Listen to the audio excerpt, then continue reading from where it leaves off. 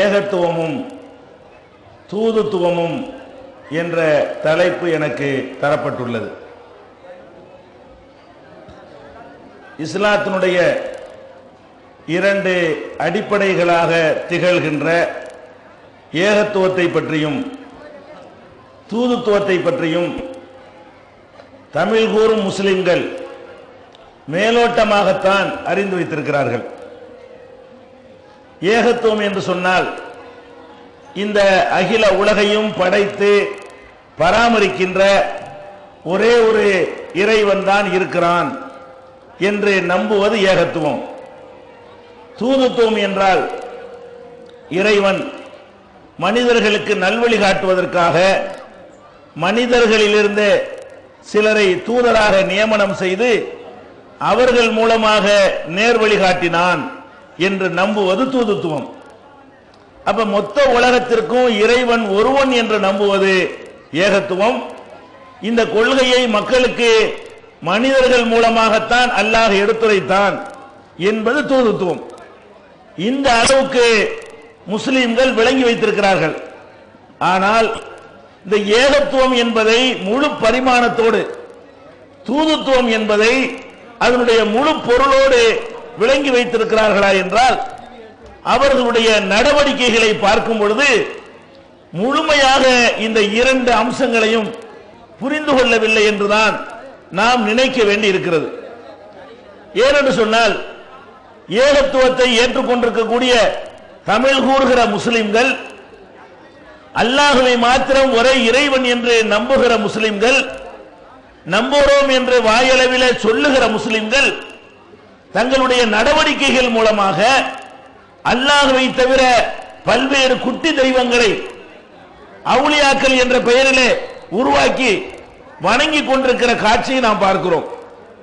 ஒரே இறைவன் தான் என்று ஒரு பக்கம் சொல்லுகிறார்கள், இன்னொரு பக்கத்திலே அவுலியாக்கள் என்ற பெயரிலே, மகான்கள் என்ற பெயரிலே இறந்து போனவர்களை அழைத்து பிரார்த்தனை செய்கிறார்கள், தங்களுடைய கோரிக்கைகளை முன்வைக்கிறார்கள்.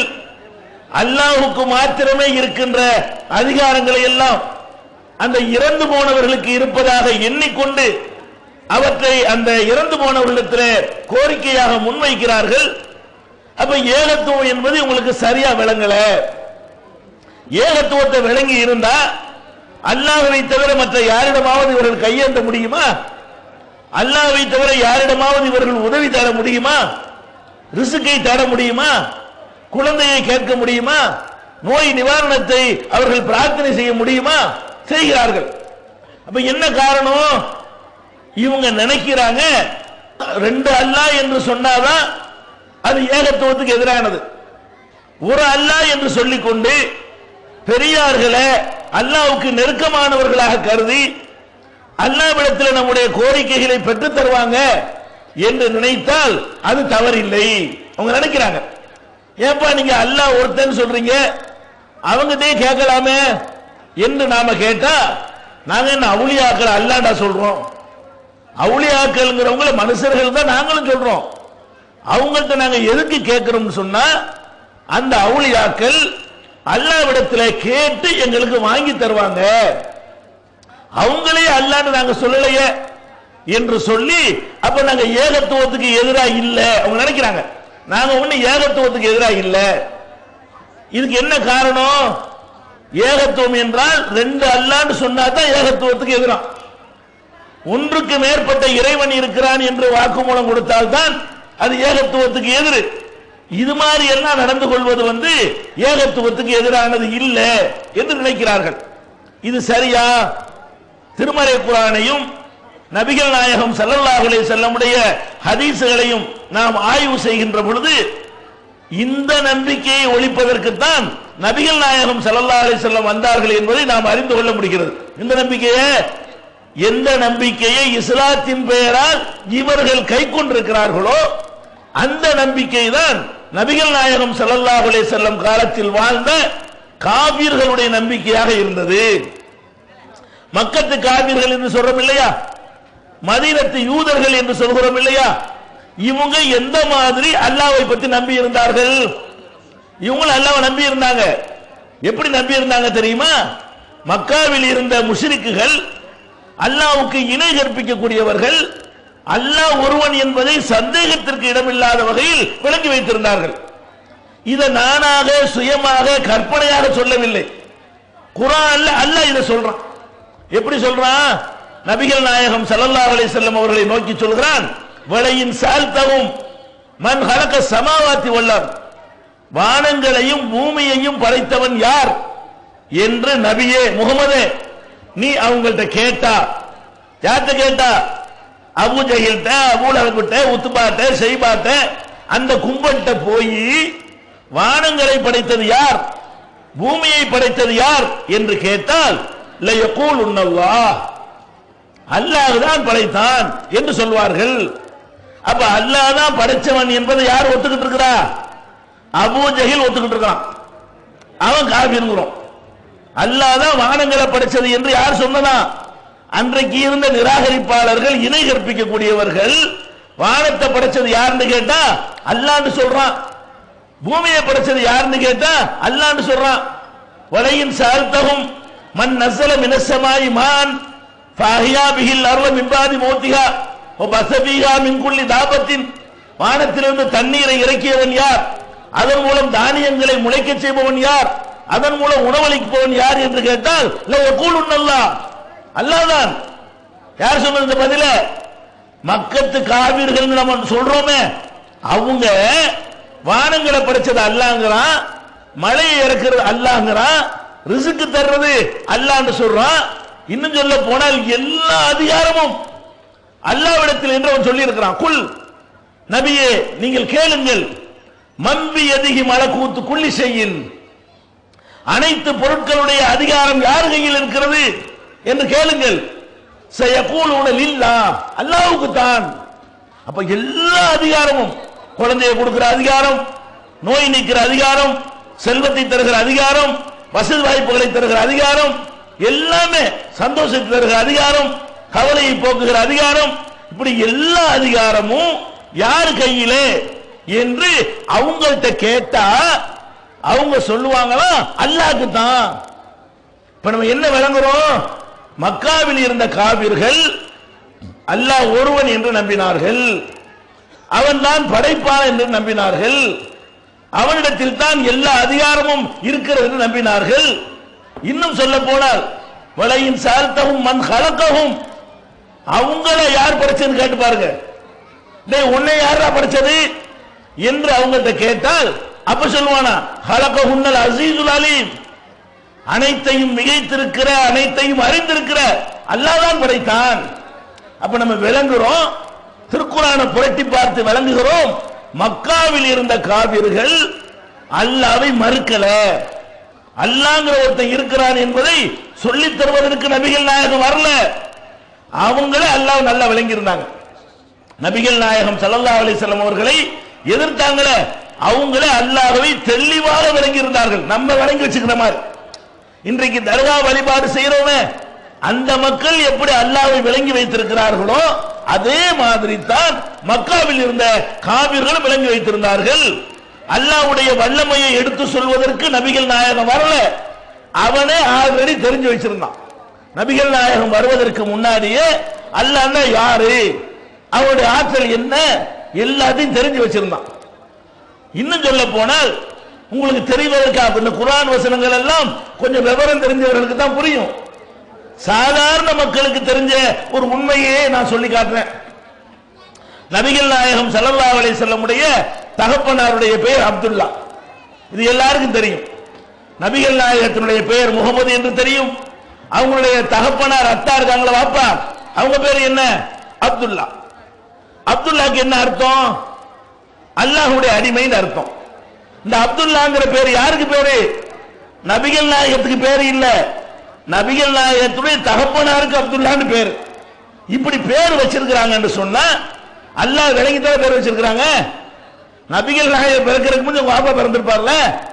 நபிகள் நாயகத்தினுடைய தகப்பனாருக்கு அல்லாஹ்வுடைய அடிமை என்ற அர்த்தத்தில் பேர் வைத்திருக்கிறார்கள் என்றால் அவங்க அல்லாஹ் தான் எஜமா, மற்றவங்க எல்லாம் அடிமைன்னு விளங்கியிருக்காங்கல்ல.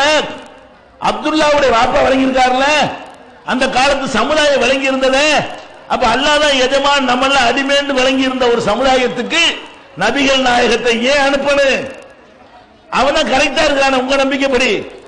நீங்க தர்கா வணங்கக்கூடியவர்கள் சொல்கிறீர்களே, நீங்கள் எதை தௌஹீத் என்று சொல்கிறீர்களோ, எதை ஏகத்துவம் என்று நம்புகிறீர்களோ, அந்த ஏகத்துவத்தில் அவன் சரியா இருந்தானா இல்லையா?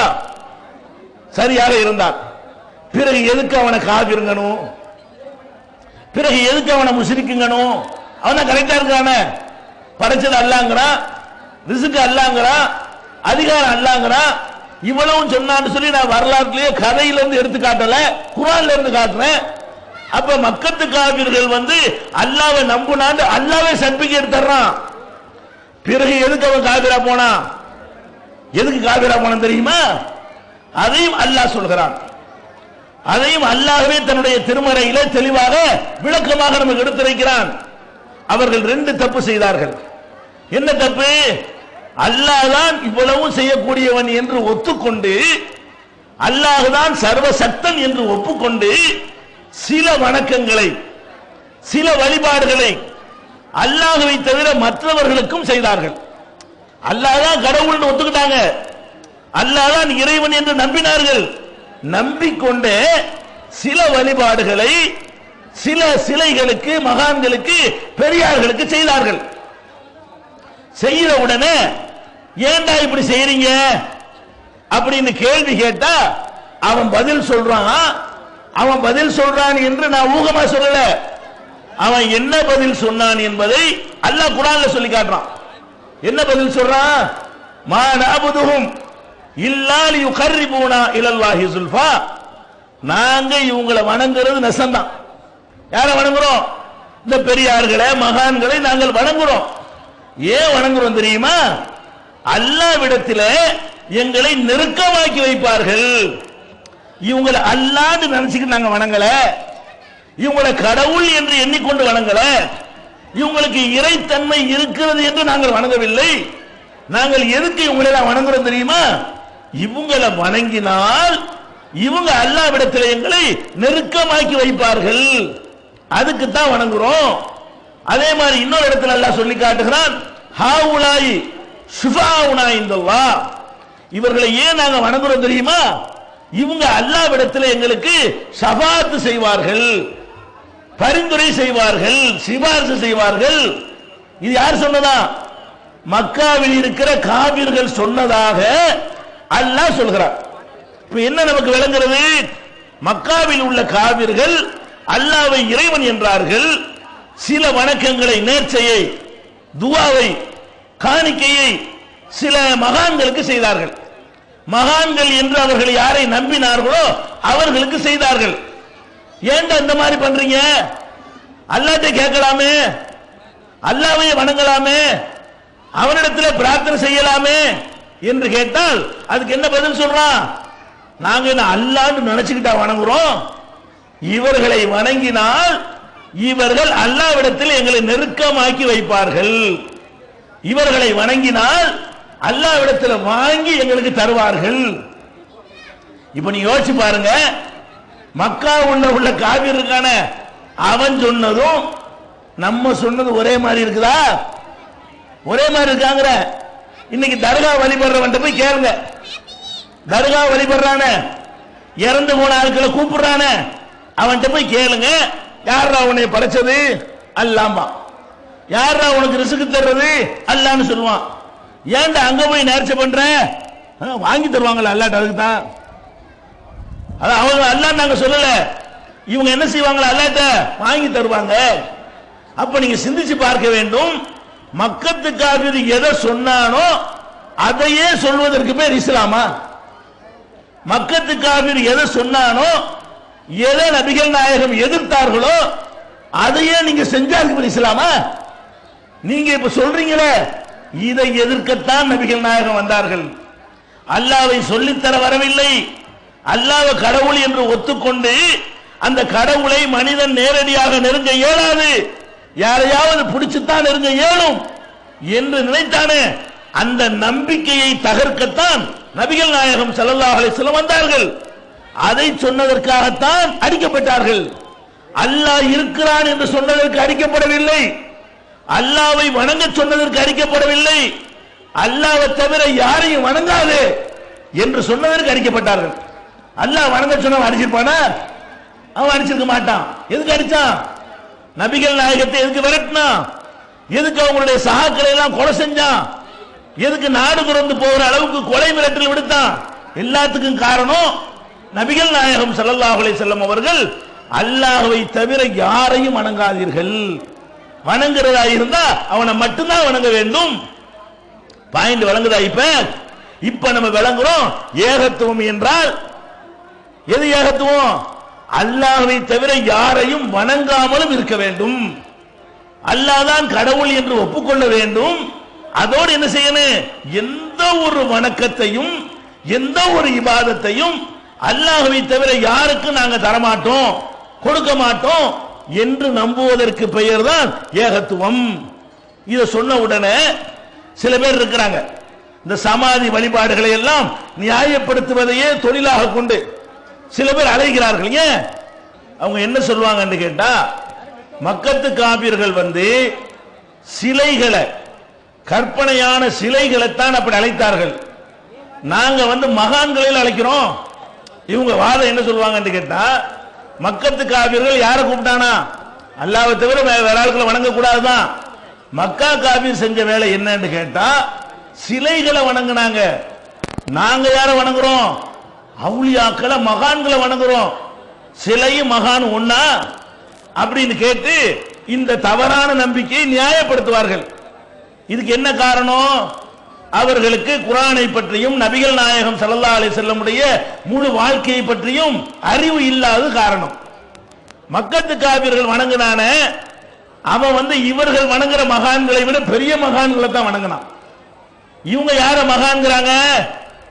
நாகூர் ஆண்டவர் மகான்கிறாங்க, அப்துல் காதர் ஜிலானி மகான்கிறாங்க, இன்னும் கட்ட பக்கீர்சான், நெட்ட பக்கீர்சான், யார் யாரே மகான் என்று சொல்லுகிறார்கள். இவங்களெல்லாம் மகான்கள் என்பதற்கு ஆதாரம் இருக்கா? ஒரு ஆளை மகான் என்று சொல்வதாக இருந்தால் அவர் இறைவனுக்கு எப்படி அஞ்சி நடந்தாரோ அதை வச்சுதான் மகான் தீர்மானிக்க முடியும். அல்லாஹ் குர்ஆன்ல சொல்லி காட்டுகிறான், அவுலியாக்கள் யார் என்று கேட்டால், அலா இன்ன அவுலியா அல்லாஹி லா ஹவுஃபுன் அலைஹிம் வலா ஹும் யஹ்சனூன் அல்லதீன ஆமனூ வ கானூ யத்தகூன். அவங்க அந்த பாதியை தான் சொல்லுவாங்க, இன்னொரு பாதியை சொல்ல மாட்டாங்க. அதை சேர்த்து நான் வாசிக்கிறேன். அலா இன்ன அவுலியா அல்லாஹி, அல்லாஹ்வுடைய நேசர்கள் இருக்கிறார்கள், அவர்கள் லா ஹவுஃபுன் அலைஹிம், அவர்களுக்கு அச்சமும் இல்லை, வலா ஹும் யஹ்சனூன், அவர்கள் கவலைப்படவும் மாட்டார்கள். அவங்க யார் தெரியுமா? அல்லதீன ஆமனூ, அவர்கள் நம்பிக்கை கொண்டிருப்பார்கள், வகானூ யத்தகூன், இறைவனை அஞ்சக்கூடியவர்களாக இருப்பார்கள். அப்ப அல்லாஹ்வை எந்த அளவுக்கு அஞ்சுகிறார்களோ அந்த அளவுக்கு அவர் இறை நேசர். ஒருவர் அல்லாஹ்வை அஞ்சுகிறாரா இல்லையா? அச்சம் என்பது உள்ளத்தில் உள்ள ஒரு விஷயம். வெளியில உள்ள வச்சுக்கிட்டு அஞ்சுறது உங்களுக்கு இடம் போட முடியுமா? நான் பாட்டுக்கு பள்ளி வாசலே கதின்னு இருக்கிறேன், அதனால நான் அல்லாஹ் அஞ்சுறது ஆயிருமா? நடிக்கிறதுக்கு இருந்திருப்பேன், உங்களை ஏமாத்துறதுக்காக இருந்திருப்பேன். நான் பெரிய ஜுப்பா போட்டுட்டேன், பெரிய தாடி வச்சுட்டேன், பெரிய தலப்பா வச்சுட்டேன், இதனால நான் அல்லாஹ் அஞ்சுறேன்னு உங்களுக்கு சொல்ல இயலுமா? உங்களை ஏமாத்துறதுக்கு இப்படி பண்ண இயலாதா? நான் அல்லாஹ் அஞ்சுறனா இல்லையா என்பது எனக்கு தெரியும், என்னை படைச்ச இறைவனுக்கு தெரியும். உங்களுக்கு எப்படி தெரியும்? நீங்க அல்லாஹ் அஞ்சுறீங்களா என்பது உங்களுக்கு அல்லாஹ்வுக்கு தான் தெரியுமே தவிர உங்க பொண்டாட்டி கூட தெரியாது. ஒரு மனுஷன் நினைச்சால் மனைவி கூட ஏமாத்தலாம், அல்லாஹ் அஞ்சுற மாதிரி ஏமாற்று கோலம் போட முடியும். அப்ப நான் என்ன கேட்கிறேன், ஒரு மனிதரை அல்லாஹ்வுடைய நேசர் என்று, மகான் என்று நீங்கள் தீர்மானிக்கிறீங்களே, அதுக்கு என்ன ரெக்கார்டு உங்கள்ட்ட இருக்கிறது? ஒரு ரெக்கார்டும் இல்ல. நபிகள் நாயகம் ஸல்லல்லாஹு அலைஹி வஸல்லம் சொல்றாங்க, மறுமை நாளையில 3 பேரை கொண்டாந்து அல்லாஹ் நிப்பாட்டுவானா. ஒரு ஆள் யாரு? அல்லாஹ்வுக்காகவே தன் உயிரை அர்ப்பணம் செய்த ஷஹீத், உயிர் தியாகி. அல்லாஹ்வுக்காக உயிரை கொடுக்கிறதுக்கு மேல ஒரு பெருசு இருக்குதா? ஒரு மனுஷன் இருக்கிறதுலே பெருசு எது? உசுறு. அதையே அல்லாஹ்வுக்காக ஒருத்தன் கொடுத்திருக்கிறான், இவனுக்கு பயங்கரமான தரஜா கிடைக்கும். அவனை கொண்டாந்து நிறுத்தப்படும். மக்கள்லாம் பார்க்குவாங்க, ஆஹா பெரிய மகானுக்கெல்லாம் மகான் வந்து விட்டார், அல்லாஹ்வுக்காக உயிரை தியாகம் செய்தவர் வந்து விட்டார்னு எல்லாரும் பார்த்துக்கிட்டு இருப்பாங்க. அல்லாஹ் கேட்பான், ஏண்டா உனக்கு நல்ல திடகாத்திரமான உடலை தந்திருந்தேனே, ஆரோக்கியத்தை தந்திருந்தேனே, எனக்காக என்ன செய்தாய்? அவன் சொல்லுவான், நான் உயிரையே உனக்காக தியாகம் செஞ்சேன். அல்லாஹ் என்ன சொல்லுவான் தெரியுமா? நீ உயிரை தியாகம் செஞ்சது நெசம், எனக்காக சொல்லி அது பொய். எனக்காக நீ செய்யல. எதுக்காக செய்தாய்? உன்னை வீரன் என்று 4 பேர் பாராட்டணும், அதுக்கு தானே செஞ்ச. பாராட்டிட்டாங்க, போ இழுத்துட்டு போங்க நரகத்துக்கு. இப்ப என்ன விளங்குது? நம்ம எல்லாம் மகான் நினைச்சுக்கிட்டு இருந்த ஒரு ஆளு நரகத்துக்கு போறாரு. நம்ம ஏன் மகான் நினைச்சோம்? உயிர் தியாகம் பண்ணார்ல, அதை பார்த்து நம்ம மகான்கிறோம். ஆனா அல்லாஹ் எதை பார்க்கறான்? இங்க பார்க்கறான். இந்த அல்லாஹ்வுக்காக செஞ்சாரு, பேர் வாங்குறதுக்கு செஞ்சாரு. இவருக்கு ஷஹீதுடைய அந்தஸ்து கிடையாது. மறுபடி ஒரு ஆலிம், மார்க்கத்தை கற்றறிந்த ஒரு ஆலிமை கொண்டாந்து நிறுத்தப்படும். மக்கள்லாம் பார்ப்பாங்க, பெரிய அசரத்து வந்துட்டாரு, நம்மளுக்கெல்லாம் பையத்து கொடுத்தாரு, நம்மளை நேர்வழி காட்டினார், அப்படியா இப்படியான்னு மக்கள் பயங்கரமா பார்த்துட்டு இருப்பாங்க. எப்படி நல்லடியார் மகான் வந்துட்டாருன்னு. அல்லாஹ் கேட்பான், உனக்கு மார்க்க அறிவை தந்தானே, என்ன செஞ்சா? அவன் என்ன சொல்லுவான்? என்ன செஞ்சேனா? ஊர் ஊரா போய் பிரச்சாரம் பண்ணனே, உனக்காக பண்ணு அவன் சொல்லுவான். அல்லாஹ் என்ன சொல்லுவான்? நீ பிரச்சாரம் பண்ணலாம் நெசம், எனக்காக வேண்டி பண்ணலையா? உன்னைய 4 பேர் அறிஞன் என்று பாராட்டணும்னு செஞ்ச, பாராட்டிட்டாங்க, அங்கே கிடைச்சு போச்சு கூலி, இழுத்துக்கிட்டு போங்க நரகத்துக்கு.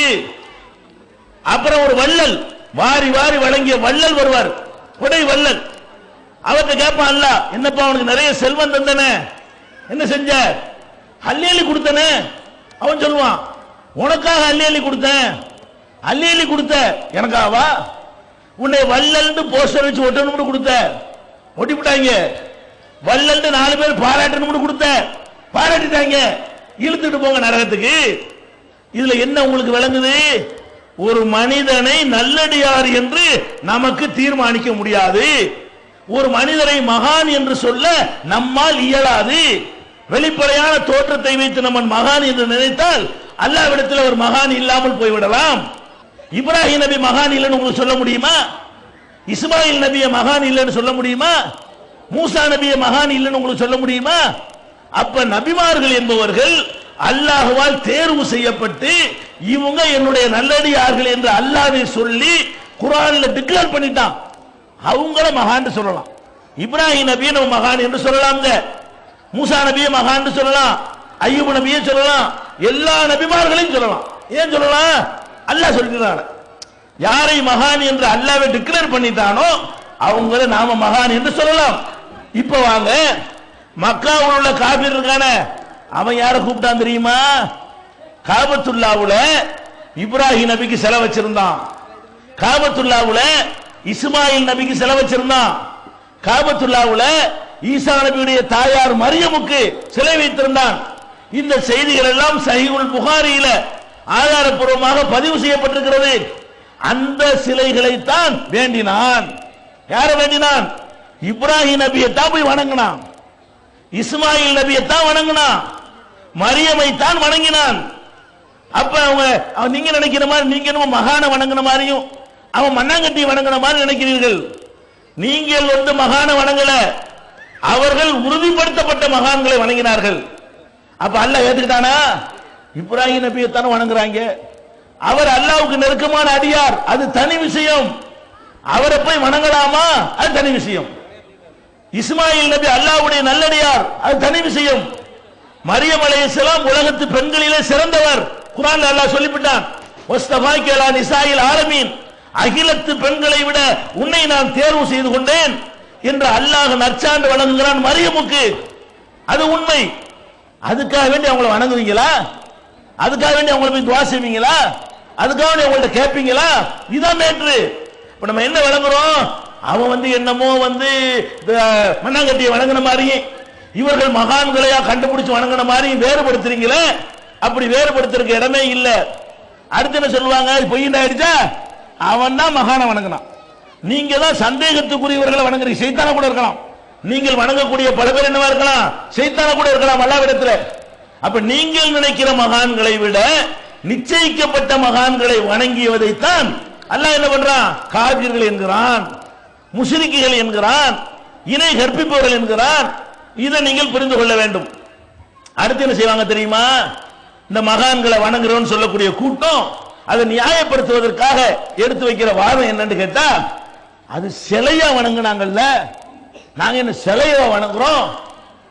சிலையா இல்ல கபரை வணங்குற ஆளவோ. கபர்னா வணங்கலாமா? எதை வணங்க கூடாதா? சிலையை வணங்க கூடாது. இப்ப அல்லாஹ்வை தவிர யாரையும் வணங்க கூடாதுங்கிறது தான் பிரச்சனையே தவிர, அது சிலையா இருந்தா என்ன கபரா இருந்தா என்ன, இது சாதாரண அறிவுள்ளவனுக்கு தெரியும்.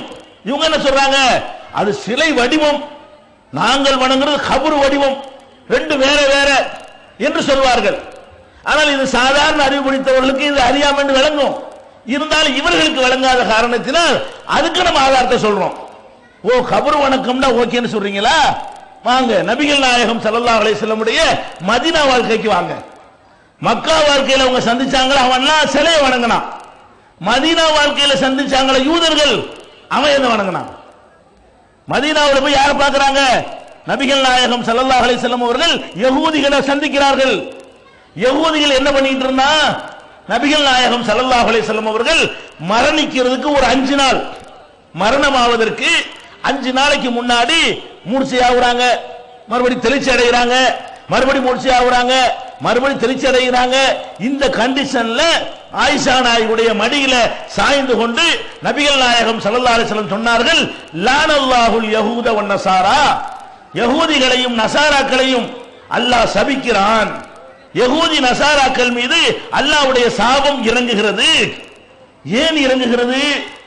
என்ன பாவம் செய்ததற்காக இந்த சாபம் இறங்குகிறது?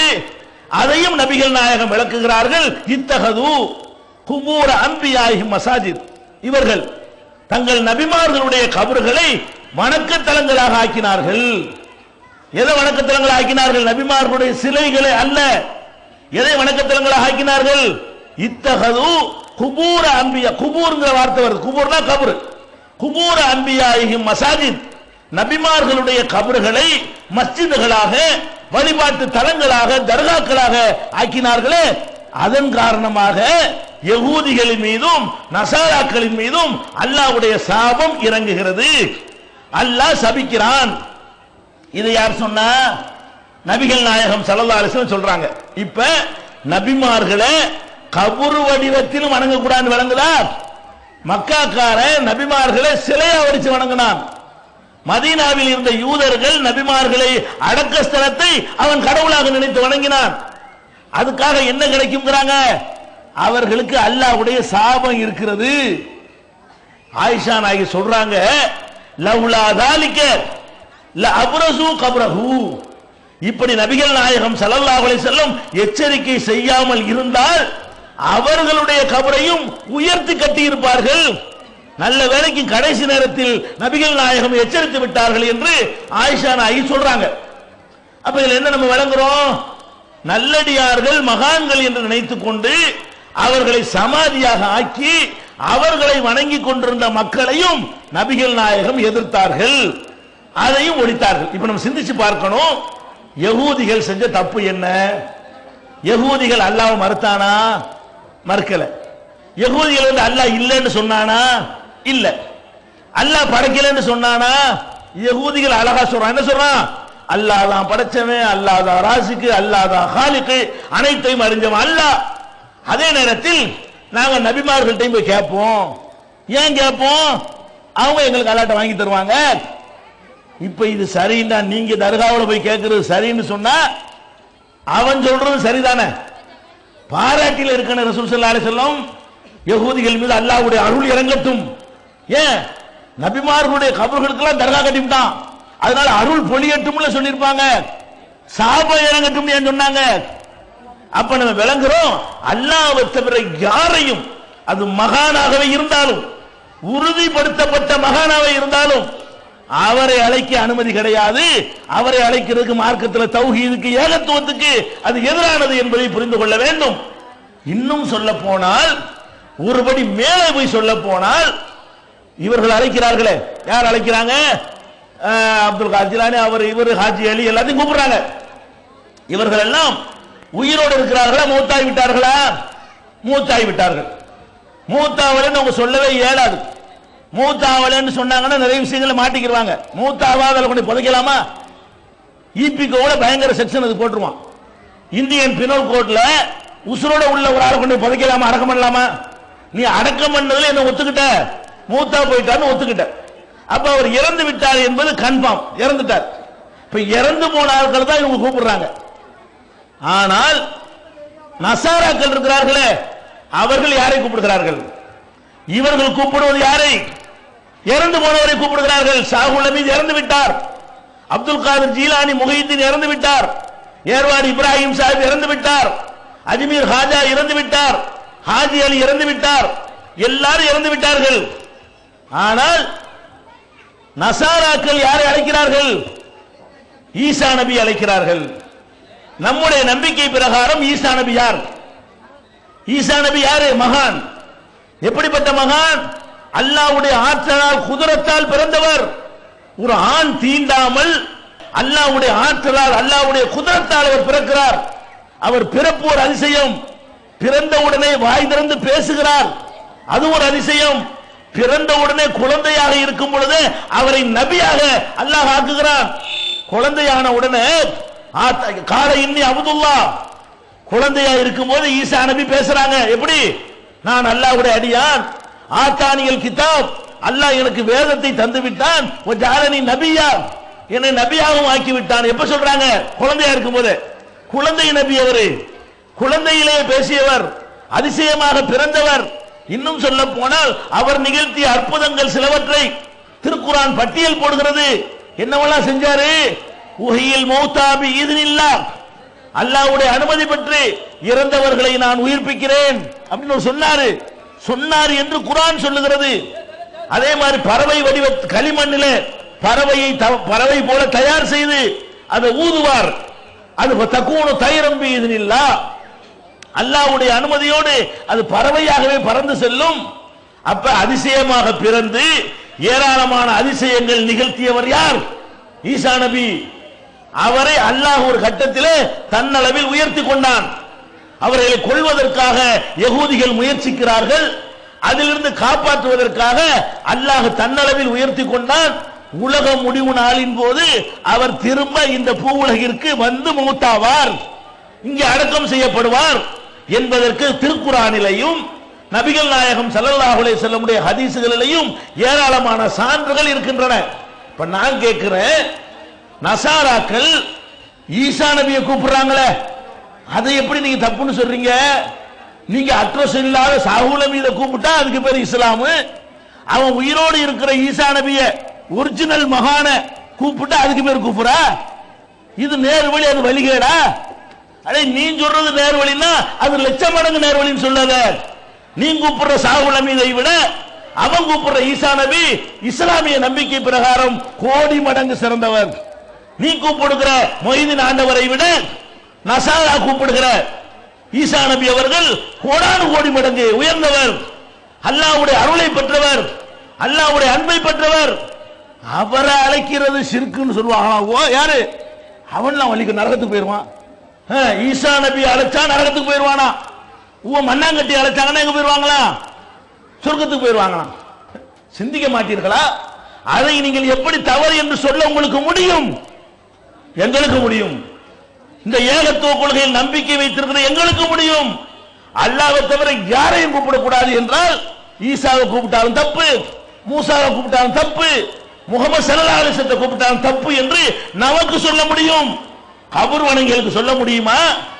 கபர் வணங்கிகள் போய் அவன் இந்த கேள்வி கேட்க முடியுமா? அவன் இந்த கேள்வியை திருப்பி உங்களிடத்தில் கேட்டால் உங்களுக்கு பதில் சொல்ல முடியுமா? ஒரு நசாரா வந்து ஒரு தர்கா வழிபடுறவன் வந்து கேட்கிறான், நீ யாரை கூப்பிடுற? ஷாஹுல் ஹமீதை கூப்பிடுறேன், நான் யாரை கூப்பிடுறேன்?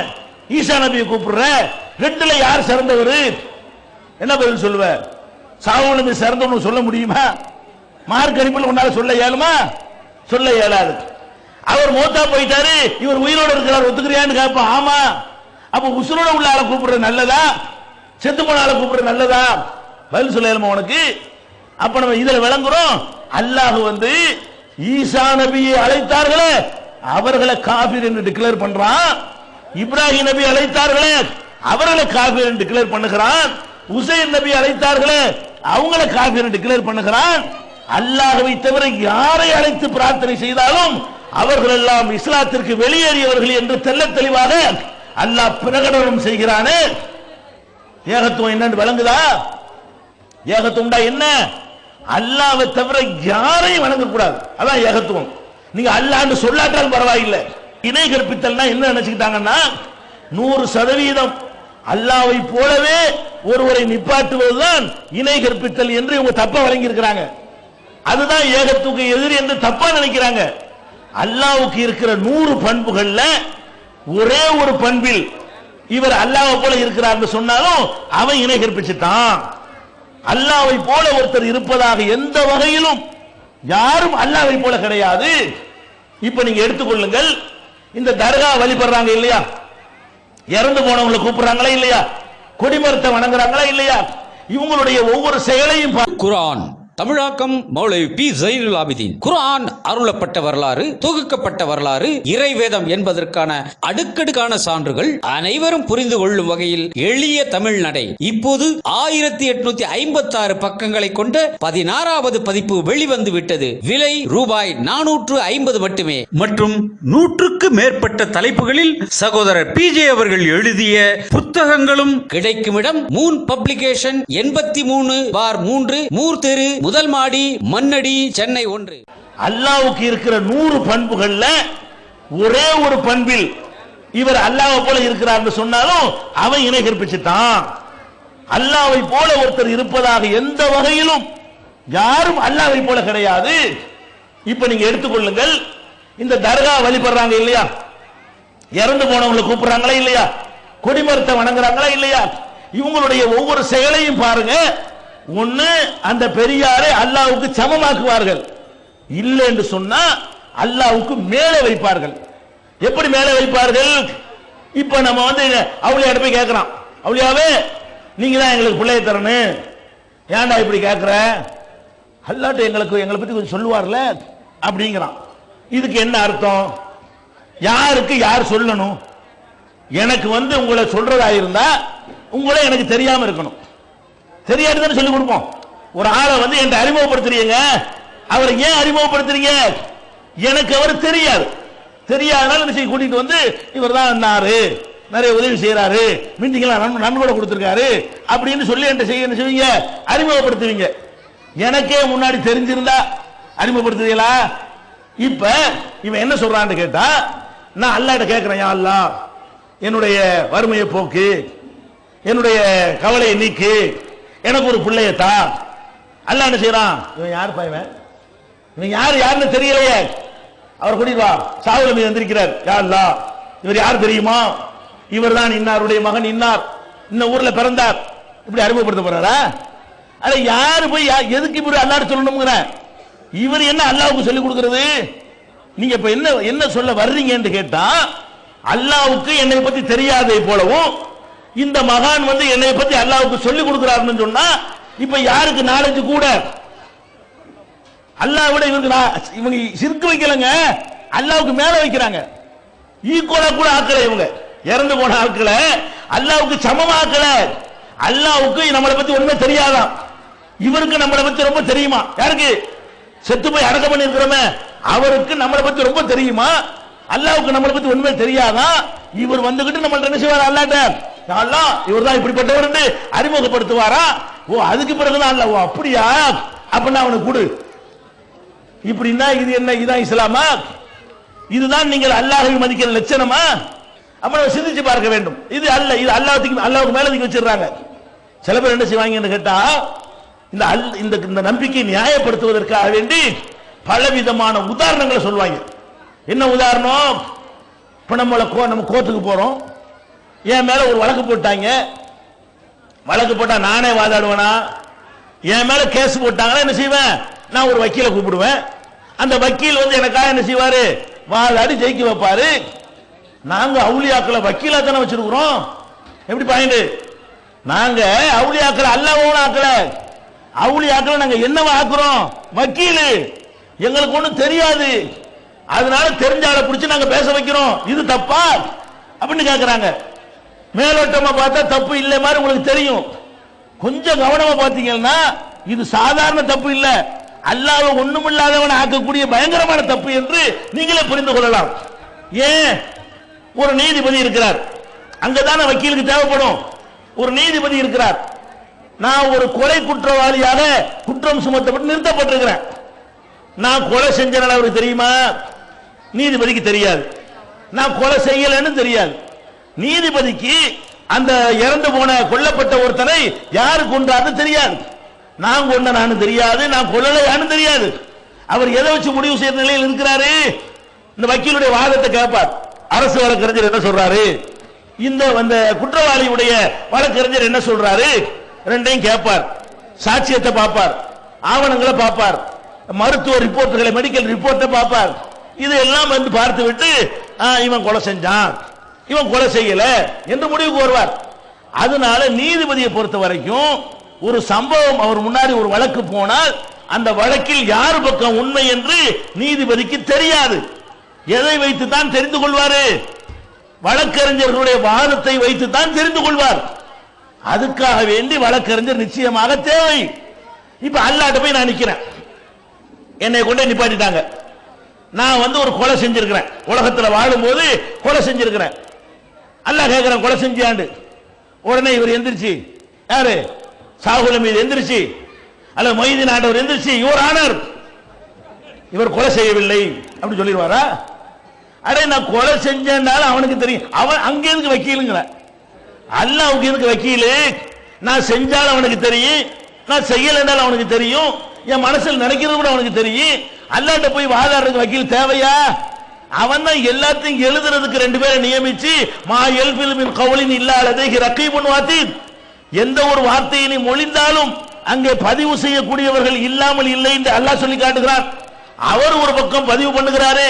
இன்னொரு பதிவு என்ன, ஒவ்வொரு மனுஷனுடைய கழுத்துல என்ன செய்யறான் அல்லாஹ், ஒரு சிப்பு வச்சு அதுல அவ்வளவு ப்ரோக்ராம் ரெக்கார்ட் பண்ணிட்டே இருக்கான். நம்ம செய்யறது நமக்குள்ள ரெக்கார்ட் ஆகுகிறது. கம்ப்யூட்டர் ஹார்ட் டிஸ்க்ல ரெக்கார்ட் ஆகுற மாதிரி அங்க ஒரு மெமரி எல்லாம் வச்சிருக்கிறான். குல்ல இன்சானின் அல்சம்னாஹு தாயிரஹு ஃபீ உனுகிஹி, அவனுடைய கழுத்திலே அவனுடைய பதிவேட்டை பதித்து வைத்திருக்கிறோம். அதை எல்லாம் எடுப்பான், அம்புட்டு ஒரு போட்டு விட்டா என்னென்ன செஞ்சோமோ அவ்வளவு வரும். தூக்கி வீசுவான் கையில, புனிதா கையில, இக்கர கிதாபக்க, உன்னுடைய பதிவேட்டை பார், படித்து பார். கஃபாபி நப்சிக்கல் யௌம அலைக்க ஹசீபா, உனது பதிவேட்டை பற்றி நீனே முடிவு செய்து கொள். எல்லாம் வரும். அவன் சொல்லுவானா, மாலி ஹாதல் கிதாப், இது என்ன பதிவேடு, லா யுகாதிரு சகீரத்தன் வலா கபீரத்தன், ஒரு சின்னதை விட மாட்டேங்குது, ஒரு பெருசை விட மாட்டேங்குது, எல்லாத்தையும் அப்படியே பதிவு செஞ்சு வச்சிருக்குதே. இங்க எதுக்கு வக்கீலு? இவ்வளவு தெளிவா புருப்போட அல்ல கையில வச்சுக்கிட்டு இருக்கும் போது எந்திரிச்சு வாதாடி நம்மளை காப்பாத்திடுவாங்களாம். யாரு? அப்பனா அல்லாவுக்கு ஒண்ணும் தெரியாத மாதிரி இந்த நாகூர் ஆண்டவர் போய் சொல்லி கொடுத்து தான் அல்லாஹ் நம்மளை பத்தி முடிவெடுக்கிற மாதிரி நம்புறீங்களே. இப்ப நீங்கள் அல்லாவை பெரியவனாக சொல்கிறீர்களா? அல்லாஹ் தக்பீர் கட்டும்போது சொன்னா மட்டும் போதுமா? அல்லாஹ் தான் மிகப்பெரியவன் என்ற நம்பிக்கை இங்க அடிபட்டு போகுதா இல்லையா? அல்லாஹ்வுடைய விஷயத்துல வக்கீல் எதுக்கு? மனுஷனுக்கு வக்கீல் வேணும். அப்புறம் என்ன சொல்வாங்க, ஒரு பெரிய தலைவர் இருக்கிறார், அந்த தலைவரை பார்க்க போகும் பொழுது நாமே போக முடியுமா? ஒரு முதலமைச்சர் உங்களால பார்க்க முடியுமா? என்ன செய்யணும்? அந்த கட்சியை சேர்ந்தவரை பிடிக்கணும், பட்டத்தை பிடிக்கணும், மாவட்டத்தை பிடிக்கணும், அதுக்கு மேல பிடிக்கணும், காரிய கமிட்டி பிடிக்கணும், அதுக்கப்புறம் தான் முதல்வரை போய் என்ன செய்ய முடியும், உங்களால பார்க்க முடியும். ஒரு சாதாரண முதல்வரையே உனக்கு பார்க்க முடியவில்லை, படைச்சவனை நேரடியாக நீ பார்த்து விடுவாயா? தலையாட்டுறான், கரெக்ட் தானுங்கிறான். இது எப்படி கரெக்ட்? இது எப்படி கரெக்டுங்கிற? முதலமைச்சரை எனக்கு பார்க்க முடியலன்னா என்ன காரணம்? எனக்கு அவரை தெரியுது, அவருக்கு என்ன தெரியல, அதன காரணம். முதலமைச்சரை பார்க்கிறதுக்கு ஒரு ஆள் ஏன் தேவைப்படுறாரு? நான் முதலமைச்சரை டிவியில பார்த்திருப்பேன், பேப்பர்ல பார்த்திருப்பேன், எனக்கு அவர் தெரியுது. என்ன அவர் பார்த்திருப்பாரா? என்ன அவருக்கு தெரியாது. அப்ப யாராவது போய் என்னை பத்தி சொல்லிக் கொடுக்க வேண்டி இருக்கிறது, அது அவசியம். முதலமைச்சரை பார்க்கிறதுக்கு வேணும். காரணம் என்ன? முதலமைச்சர் ஒரு மனிதன், அவனுக்கு ஒரு அளவுக்கு தான் தெரியும், என்னை பற்றி தெரியாது. ஏற்கனவே என்னை பற்றி அவருக்கு தெரிந்து இருந்தால் நான் இவரை கூட்டிட்டு போறேன். எனக்கே இங்க உள்ள முதலமைச்சர் ஃப்ரெண்டா இருந்தார்னு சொன்னா, நாங்க ரெண்டு பேரும் ஒன்னா கிளாஸ்ல படிச்சிருந்தோம்னு சொன்னா, நான் எதுக்கு யாரையும் கூட்டிட்டு போறேன்? நான் பாட்டு சரசன்னு போயிருவேனே, ஒரு போன் பண்ணிட்டு போயிருவேனே. அப்ப நம்ம எதுக்காக வேண்டி ஒரு பெரியார்களை பார்க்க போவதற்கு ஒரு ஆளை வைக்கிறோம்? நமக்கு அவரை தெரிகிறது, அவருக்கு நம்மை தெரியாது. இது அல்லாஹ்விடத்தில் இருக்கிறதா? அல்லாஹ்வுடைய விஷயத்துல நான் போய் அல்லாஹ்ட்ட கேட்கிறேன், அல்லாஹ் எனக்கு ரிஸ்க் கொடு, இவன் யாரா புதாலா இருக்கிறா, இவனை நான் பார்த்ததே இல்லைன்னு அல்லாஹ் சொல்லுவானா? பிற எண்ணத்துக்கு இவர் போய் என்னை பத்தி ரெக்கமெண்ட் எதுக்கு? அப்ப இதெல்லாம் தப்பு. இந்த மாதிரி ஒரு உதாரணங்களை சொல்லிக்கொண்டு நம்மளை மதிமயக்குவார்களே தவிர குர்ஆன் ஹதீஸை எடுத்து நீங்கள் பார்த்தீர்களே ஆனால் இந்த மாதிரி நம்பிக்கைக்கு எந்த விதமான அனுமதியும் கிடையாது. செத்து போன ஆட்களையோ உசுரோட உள்ள ஆட்களையோ வணங்குவதற்கு மார்க்கத்தில் அனுமதி இல்லை. அப்படி செய்தவர்களைத்தான் நபிகள் நாயகம் எதிர்த்தார்கள். அல்லாஹ்வை இல்லைன்னு சொன்னானே அவன் ரொம்ப ரொம்ப ரொம்ப ரொம்ப மைக்ரோ பாயிண்ட்ல கொஞ்சம் பேர் இருந்தான். அல்லாஹ்வை இல்ல நாத்திகம் இருந்தான், இல்ல நான் சொல்லல, ரொம்ப ரொம்ப ரொம்ப கம்மியாக இருந்தான். அதிகப்படியாக நபிகள் நாயகம் யாரை எதிர்த்தார்கள் என்றால் அல்லாஹ்வை ஒரு பக்கம் ஒப்புக்கொண்டு பெரியார்களை வணங்கினார்களே அதைத்தான் எதிர்த்தார்கள்.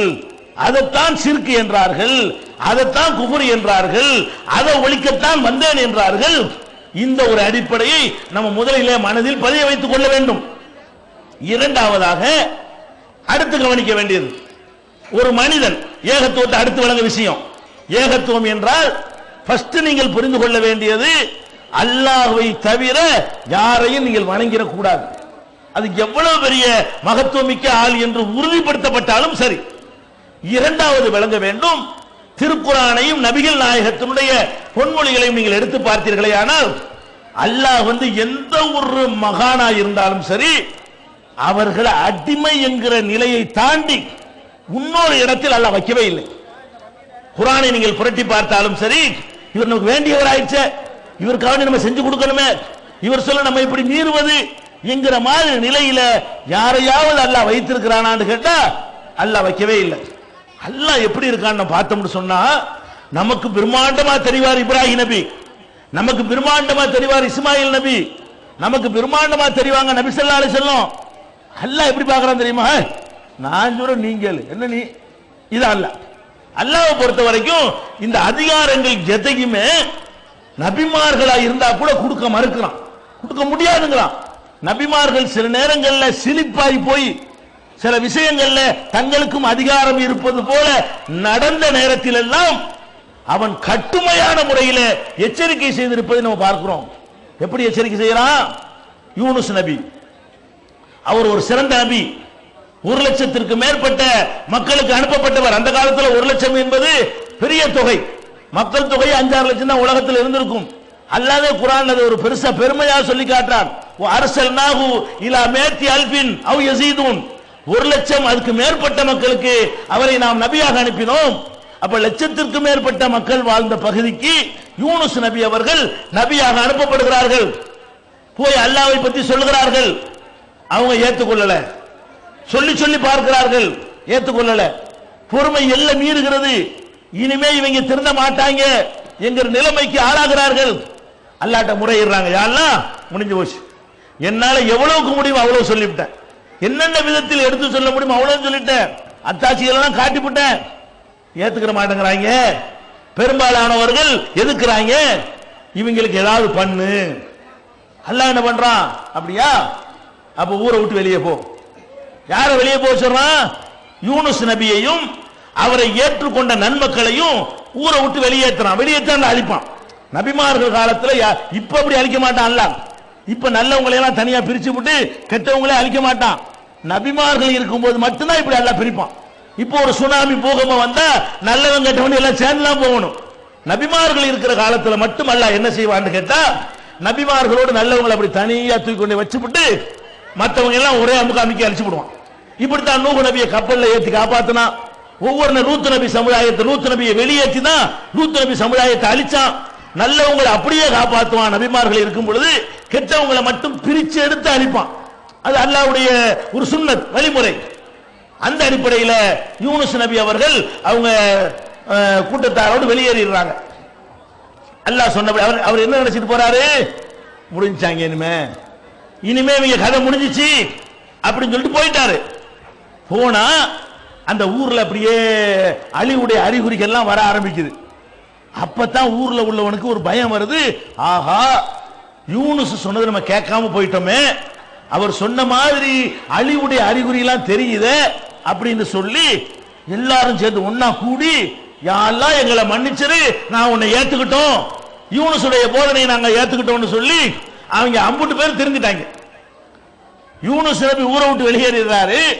அல்லாஹ் அழிக்குவான்னு சொல்லி நம்பி கூட வெளியே போயிடுறாரு. அல்லாஹ்ட்ட இந்த மக்கள் என்ன செய்யறாங்க? அறிகுறிகளை பார்த்துவிட்டு உடனே திருந்திக் கொள்கிறார்கள். திருந்தின உடனே என்ன செஞ்சான்? அல்லாஹ் அவங்க அழிக்கணுங்கிற முடிவை அல்லாஹ்வே மாத்திடுறான். மாத்தின உடனே அவங்க வர்றாங்க. யூனுஸ் நபி என்ன நினைச்சிட்டு வர்றாங்க? எல்லாம் போயிருப்பாங்க, எல்லாம் பணமா கிடப்பாங்க, ஊரே கம்ப்ளீட் சப்ஜாடா காலியா போச்சு, இனிமே போய் நம்ம என்ன செய்வோம்? நல்லவங்க மட்டும் அந்த ஊர்ல இருப்போம். இந்த உள்ள வந்தா ஜேண்டு கிடக்குது ஊரு. ஏன்? அல்லாஹ் காப்பாத்தினால அவங்கள. அவர் என்ன நினைச்சிட்டு வர்றாரு? எல்லாம் அழிச்சிருப்பாங்க நினைச்சிட்டு வர்றாரு. அங்க என்ன நிலைமை? எல்லாம் சந்தோஷமா விழா கொண்டாடிட்டு இருக்கிறாங்க. அவர் வந்த உடனே அவருக்கு கோபம் வருது. இதெல்லாம் நான் கற்பனையா சொல்லல, குர்ஆன்ல இருக்குது. அவருக்கு கோபம் வருது. என்ன கோபம் வருது? அல்லாஹ் வந்து எப்படி நம்மள்ட்ட ஒண்ணு சொல்லிவிட்டு அது எப்படி மீறுறது? அல்லாஹ் அப்படி கோபம் இருக்கு. அல்லாஹ் மேல ஒரு கோபம் வருதுங்க. என்கிட்ட இருந்து அழிக்கிறேன்னு சொன்னா சொல்லி போட்டு கடைசியில் பார்த்தா அழிக்காம இருக்கிறான். நான் எந்த முகத்தை வச்சுட்டு உள்ளக்கு போறது எங்க நினைச்சாரு தெரியல. அவருக்கு பயங்கரமான கோபம் வந்து ஊரை விட்டு ஊருக்கு நுழையாம கோபம் திரும்பி போறார். இது அல்லாஹ் குர்ஆன்ல சொல்றான். வதன்னூனி இذهب مغالبا فظن ان لن نقدر عليه فنادى في الظلمات ان لا اله الا انت سبحانك اني كنت من الظالمين. இந்த மீன் வயிற்றில் இருந்தாரே யூனுஸ், அவரை பற்றி நினைத்து பாருங்கள். அல்லாஹ் சொல்லி காட்டுறான். இவர் என்ன செஞ்சாரு? இذهب مغالبا, கோபித்து கொண்டு போகிறார். அவரு யார்கிட்ட போகிறாரு? என்கிட்ட கோச்சிக்கிட்டு போறார். فظن ان لن نقدر عليه, அவர் மீது நமக்கு சக்தி இல்லை என்று நினைத்து கொண்டார். கோவிச்சு எங்க போவாங்க? நீ கோவிச்சுக்கிட்டு எங்க போவ? எங்க போனாலும் ஏன் ஊர் தானப்பா. நீ இந்த ஊர்ல இருந்து கோவிச்சுக்கிட்டு நீ கல்கத்தாவுக்கு போனா கல்கத்தாவும் என்னுடைய ஊர் தானே. கல்கத்தாவுல இருந்து கோவிச்சுக்கிட்டு நீ வந்து சென்னைக்கு போனா அதுவும் என்னுடைய ஊர் தான். எங்க கோவிச்சுட்டு போற? அல்லாஹ் கேட்கிறான். இவர் என்னுடைய தீர்ப்புக்கு கட்டுப்படாம இவர் சொல்றத நான் கேட்கணும்னு நினைக்கிறாரு. இவர் சொல்வதை நான் கேட்கிறதா, நான் என்னுடைய முடிவுக்கு அவர் கட்டுப்படுவதா என்பதற்காக நான் என்ன செஞ்சேன்? அவரை மீன் வயிற்றிலே சிறை வைத்தேன். அங்கே இருந்து கொண்டு லா இலாஹ இல்லா அன்த சுப்ஹானக இன்னி குன்து மினல் ஸாலிமீன் என்று அழுது புலம்பினார். அல்லாஹ் சொல்லி காட்டுறான். இதுல என்ன விளங்குது? அல்லாஹ் ஒரு ஜட்ஜ்மெண்ட் பண்ணும் பொழுது இறை தூதர்களாக இருந்தாலும் அடிமையாக சரணடைய வேண்டும். இவருடைய முகத்தாட்சணிக்காக, இவருடைய கௌரவத்துக்காக அல்லாஹ் முடிவெடுக்க மாட்டான். உண்மையில இவருடைய கௌரவம் பாதிக்குமா இல்லையா? உங்களுக்கு நீங்க மக்கள்கிட்ட ஒண்ணு சொல்லிவிட்டு சொன்னபடி நடக்கல என்று சொன்னா அந்த மக்கள்கிட்ட நீங்க தலைகாட்ட இயலுமா? இயலாது. இவ்வளவு பெருசா பந்தாவா சொல்லிட்டு போனா நடக்கலையே கேட்பானா இல்லையா? அப்ப யூனுஸ் நபிக்கும் அந்த மாதிரி ஒரு அவமானம் வருது. அல்லாஹ் அதை பார்க்கல. நான் பாட்டுக்கு நினைச்சே செஞ்சுக்கிட்டே இருப்பேன். நீ என்ன செய்யணும்னு கேட்டுட்டு போகணும். அழிச்சா அழிக்குவேன், அழிக்காம விட்டா விடுவேன். அதுக்கு ஏன் ரைட்? இதுல வந்து நீங்க கொஸ்டின் பண்ணுவீங்களா? இதுல வந்து எழுத்து கேள்வி கேட்பீங்களா? அப்படின்னு அல்லாஹ் சொல்லி காட்டுறான். இதோடு நிக்கிறல்ல. இதை விட முக்கியமான விஷயம், நபிமார்களை பற்றி குர்ஆன்ல சொல்லும் பொழுது எல்லா நபிமார்களையும் பேசிட்டு அல்லாஹ் சொல்லுவான், உலாயிக அல்லதீன ஹதாஹுமுல்லாஹ், அந்த நபிமார்களுக்கு அல்லாஹ் நேர்வழியை காட்டினான். ஃபபிஹுதாஹு முக்ததி, அவங்களுடைய நேர்வழியை நீ பின்பற்று. நபிமார்களை பற்றி குர்ஆன்ல சொல்லும் பொழுது எல்லா நபிமார்களையும் பேசிட்டு அல்லாஹ் சொல்லுவான், உலாயிக அல்லதீன ஹதாஹுமுல்லாஹ், அந்த நபிமார்களுக்கு அல்லாஹ் நேர்வழியை காட்டினான். ஃபபிஹுதாஹு முக்ததி, அவங்களுடைய நேர்வழியை நீ பின்பற்று. நபிமார்களை சொல்லிட்டு அல்லாஹ் என்ன செய்வான்னு கேட்டா, அவங்களுக்கெல்லாம் நல்ல வழி காட்டிட்டேன், நீ பின்பற்றி செல்லுன்னு சொல்லுவான். யூனுஸ் நபியை பத்தி பேசும்போது எப்படி சொல்றான்னு கேட்டா, வலா தகுன் கசாஹிபில் ஹூத் ஃபஸ்பிர் லிஹுக்மி ரப்பிக வலா தகுன் கசாஹிபில் ஹூத், உன்னுடைய இறைவனின் தீர்ப்புக்கு பொறுமையாக இரு, அவசரப்படாத. ரசூலுல்லாஹ் சொல்றான், அடிச்சாலும் உதைச்சாலும் நான் முடிவு செய்யற வரைக்கும் பொறுமையாக இருக்க வேண்டும். வலா தகுன் கசாஹிபில் ஹூத், யூனுஸ் நபியை போல நீ ஆயிராதே. அல்லாஹ் சொல்லி காட்டுறான்.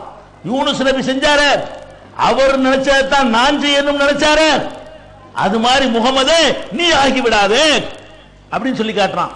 இன்னொரு இடத்துல சொல்றான், லவ்லா அன்த தாரகஹு நிஅமத்தும் மிர் ரப்பிஹி, அந்தால போனா போதுன்னு விட்டுட்டேன், யூனுஸ போனா போதுன்னு விட்டுட்டேன்.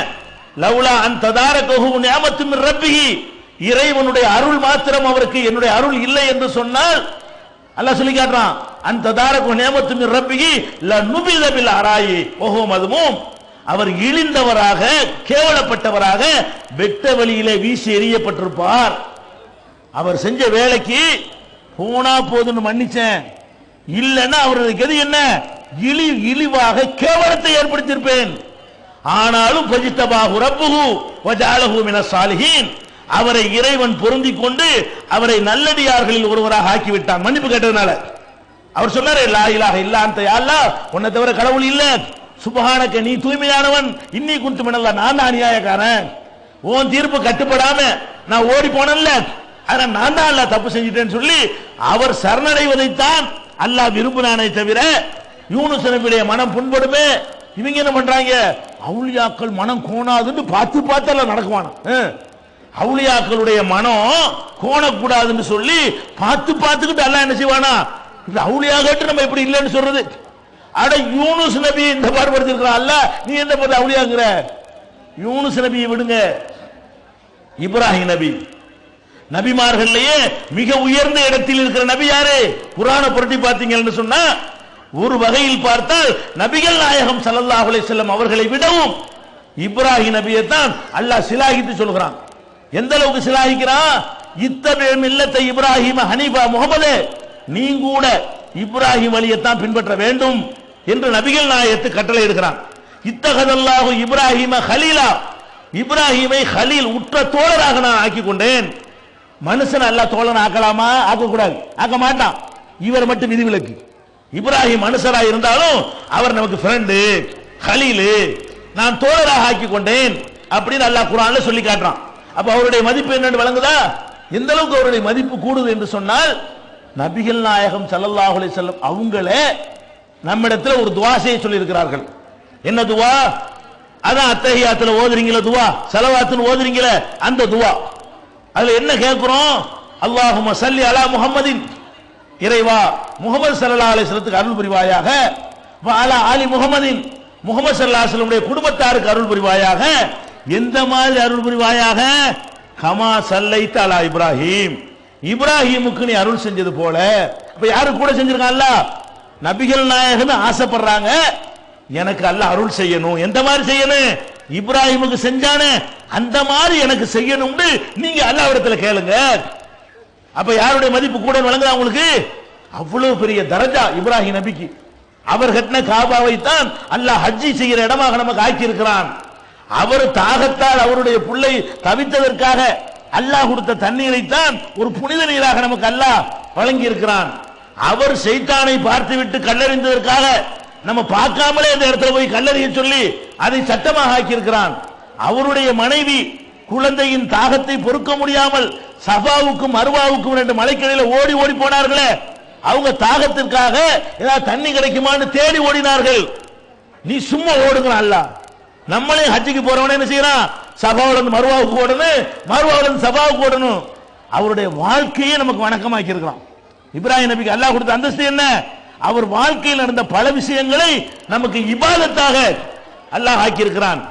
அவர் குர்பானி கொடுத்த பிள்ளையை பலி கொடுக்க முன் வந்து அல்லாஹ் ஒரு ஆட்டை கொடுத்த காரணத்தினால் நீங்கள் அதை கொடுங்க என்று சொல்லி நமக்கு கனவுல அல்லாஹ் காட்டவும் இல்லை, பிள்ளை அறுக்கவும் இல்லை. அதை நினைவு கூறும் விதமாக நம்மளை வந்து குர்பானி கொடுக்குமாறு அல்லாஹ் கட்டளை எடுக்கிறான் என்றால் அவருக்கு எவ்வளவு பெரிய வெயிட் வச்சிருக்கிறான் அல்லாஹ். அந்த இப்ராஹிம் நபியாவது அடிமையிலிருந்து விதிவிலக்கு கொடுத்தானா? அவர் விரும்பினதை எல்லாம் அல்லாஹ் நிறைவேற்றி கொடுத்தானா இப்ராஹிம் நபிக்கு? இல்ல. அவரு தகப்பனாருக்கு இஸ்லாத்தை எடுத்து எடுத்து சொல்றார். பெத்த தகப்பனாருக்கு ஆசருக்கு அந்த ஆள் ஏற்க மறுக்கிறார். பல முறை சொல்லி பார்க்கிறார், தந்தை கேட்கவே இல்லை. இருந்தாலும் இவர் என்ன செய்யறாருன்னு கேட்டா, ரொம்ப தந்தையின் மீது இறக்கப்பட்டு தந்தை பாசத்துல அல்லாஹ்ட்ட ஒரு துஆ செஞ்சிடறார். என்ன துஆ? யா அல்லாஹ் எங்க பாப்பா எப்படியாவது மன்னிச்சிரு, எங்க அத்தாவை எப்படியாவது மன்னிச்சிருங்கிறார். அத்தா நேர்வழிக்க வரல, சிறுக்குல இருக்கிறால மன்னிக்க சொல்லி கேட்கலாமா? வேற வேற பாவத்தை அல்லாஹ் மன்னிப்பான். இவர் கேட்டுட்டார். அல்லாஹ் என்ன பண்ணிவிட்டான்? வான் விளையாடுறியா? யாருக்கு நீ கேட்கிற? என்னுடைய கட்டளைக்கு கட்டுப்பட்டவனுக்கு தான் நான் மன்னிப்பேனே தவிர உங்க வாப்பாங்கிறத நான் மன்னிச்சிருவானா? அல்லாஹ் குர்ஆன்ல சொல்லி காட்டுறான், மாகான இஸ்திக்ஃபார் இப்ராஹிம் அலி அபீஹி, இப்ராஹிம் தன்னுடைய தந்தைக்காக பாவ மன்னிப்பு கோரினார். இல்லா மௌஇதத்தின் வாதஹா இய்யாஹு, அவர் அளித்த வாக்குறுதியின் அடிப்படையில், தந்தைக்கு அளித்த வாக்குறுதியின் அடிப்படையில் மன்னிப்பு கோரினார். பலம்மா தபையன அன்னஹு அதுவுல் இல்லாம், தன்னுடைய தந்தை அல்லாஹ்வுக்கு எதிரி என்று தெளிவான பொழுது தபர்ரஅ மின்ஹு, அவரிடமிருந்து விலகி கொண்டார். மூன் பப்ளிகேஷன்ஸ் வெளியீடுகள் இஸ்லாமிய அடிப்படை கல்வி, திருமுறையின் தோற்றுவாய், திருக்குரானில் அறிவியல் சான்றுகள் பாகம் 1, அர்த்தமுள்ள கேள்விகளும் அறிவுபூர்வமான பதில்களும், குரான் கூறும் ஓரிரை கொள்கை, நபி வழியில் தொழுகை சட்டங்கள், மாமனிதர் நபிகள் நாயகம், குரான் மட்டும் போதுமா, ஹதீஸ்கள் குரானுக்கு முரண்படுமா, அழகிய இஸ்லாமிய பெயர்கள், இதுதான் பைபிள், ஜனாசாவின் சட்டங்கள், ஏகத்துவமும் இணை வைப்பும், திருக்குரானின் அறிவியல் சான்றுகள் பாகம் 2, இஸ்லாம் பெண்கள் உரிமையை பறிக்கிறதா, பிறை ஓர் விளக்கம், இஸ்லாம் ஓர் இனிய மார்க்கம், நபி தோழியர் வரலாறு, குற்றச்சாட்டுகளும் பதில்களும், நோன்பு, இயேசு இறைமகனா, வருமுன் உரைத்த இஸ்லாம், உண்மை தோழர் அபுபக்கர் அலி, பெண்களுக்கான நபி வழி சட்டங்கள், அறிவுச்சுடர் அன்னை ஐசார் அலி, இஸ்லாத்தில் சொர்க்கம் நரகம், நபி தோழர்களும் நமது நிலையும், துவாக்களின் தொகுப்பு, முகைதீன் மௌலிது ஒரு ஆய்வு, குரானை எளிதில் ஓதிட, நபிகள் நாயகம் பல திருமணம் செய்தது ஏன், யாக்குத்பா ஒரு ஆய்வு, நபி வழியில் நம்ஹஜ், நபி வழியில் குழந்தை வளர்ப்பு, தராவி தொழுகை ஒரு ஆய்வு, ஜக்காத் ஒரு ஆய்வு, இஸ்லாத்தில் இல்லறம், கியாமத் நாளின் 10 அடையாளங்கள், நபிகளாரின் நற்போதனைகள், மன்னரை வாழ்க்கை, பைபிளில் நபிகள் நாயகம், இஸ்லாத்தின் பார்வையில் பில்லி சூனியம், தர்கா வழிபாடு, நபிகளாரின் இறுதி நாட்கள், இஸ்லாமிய கொள்கை, சரியான ஹதீஸ்களும் தவறான ஹதீஸ்களும், சந்திக்கும் வேளையில் கொள்கை விளக்கம், பேய் பிசாசு உண்டா, கற்பனை கதைகள், நவீன பிரச்சனைகளும் தீர்வுகளும், டப்ளிக் தாகலின் தொகுப்பு, சுபகான மௌலிது ஒரு ஆய்வு, மனிதனுக்கேற்ற மார்க்கம், நேர்ச்சையும் சத்தியமும், மனனம் செய்வோம், விளக்கப்பட்ட உணவுகள், அர்த்தமுல்லா இஸ்லாம், குர்பானியின் சட்டங்கள், தொழுகை, இஸ்லாத்தின் பார்வையில் கனவுகள், இஸ்லாமிய திருமணம், இறைவனிடம் கையேந்துங்கள், மீராஜும் அதன் படிப்பினைகளும், வேதம் கொடுக்கப்பட்டோர் யார், மற்றும் prophet Muhammad the greatest man. Moon publication 83/3 மூர்தரு, முதல் மாடி, மண்ணடி, சென்னை 1. Phone number 65690810. அல்லாஹ் உனக்கு பிடிக்காதுன்னு தெரியாம சொல்லிவிட்டேன், இனிமே நான் கோரிக்கை வைக்க மாட்டேன்னு சொல்லி பாப்பாவை கை விட்டுட்டாரு. ஒரு மனிதருக்காக அல்லாஹ் வளைந்து கொடுப்பான் என்றால் இவருக்கு கொடுத்திருப்பான்.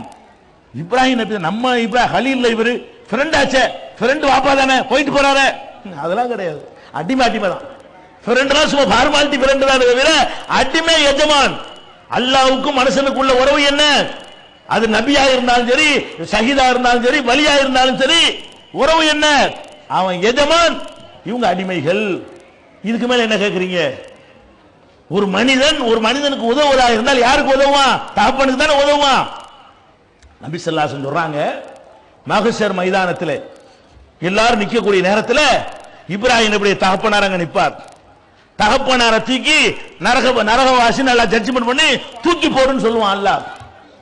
இப்ராஹிம் நபி எந்திரிச்சு, அல்லாஹ், புகாரில் வரக்கூடிய ஹதீஸ், யா அல்லாஹ், என்னை கேவலப்படுத்த மாட்டேன்னு சொன்னியே, மறுமை நாளையில எனக்கு இழிவை ஏற்படுத்த மாட்டேன்னு சொன்னியே, எங்க வாப்பாவத்துக்கு நரகத்தில் போடுறதை விட வேற என்ன இழிவு அல்லாஹ் இருக்கிறது அப்படின்னு அல்லாஹ்ட்ட மன்றாடுவார் தகப்பனுக்காக வேண்டி.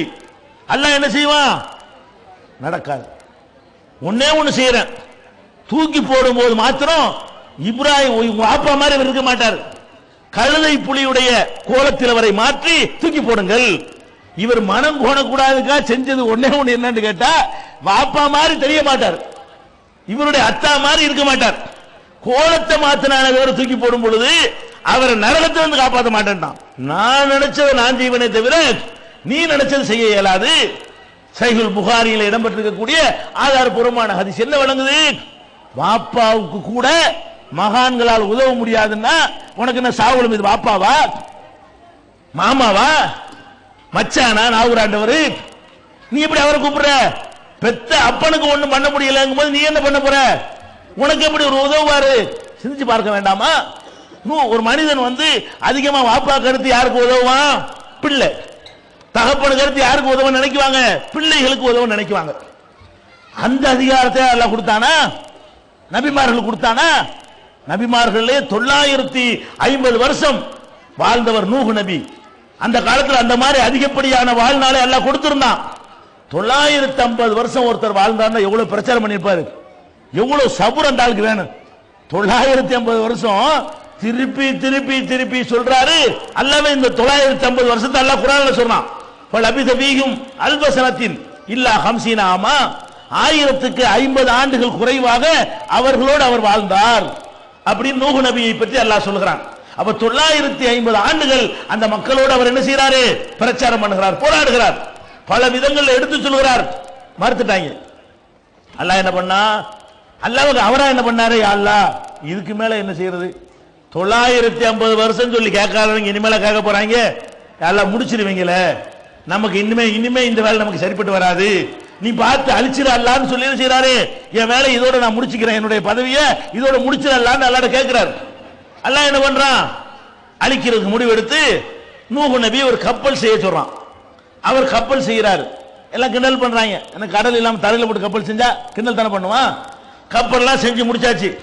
முடிச்ச உடனே என்ன செய்யறான்? அல்லாஹ் வானத்துக்கு உத்தரவு போடுறான், கொட்டுன்னு கொட்டுது.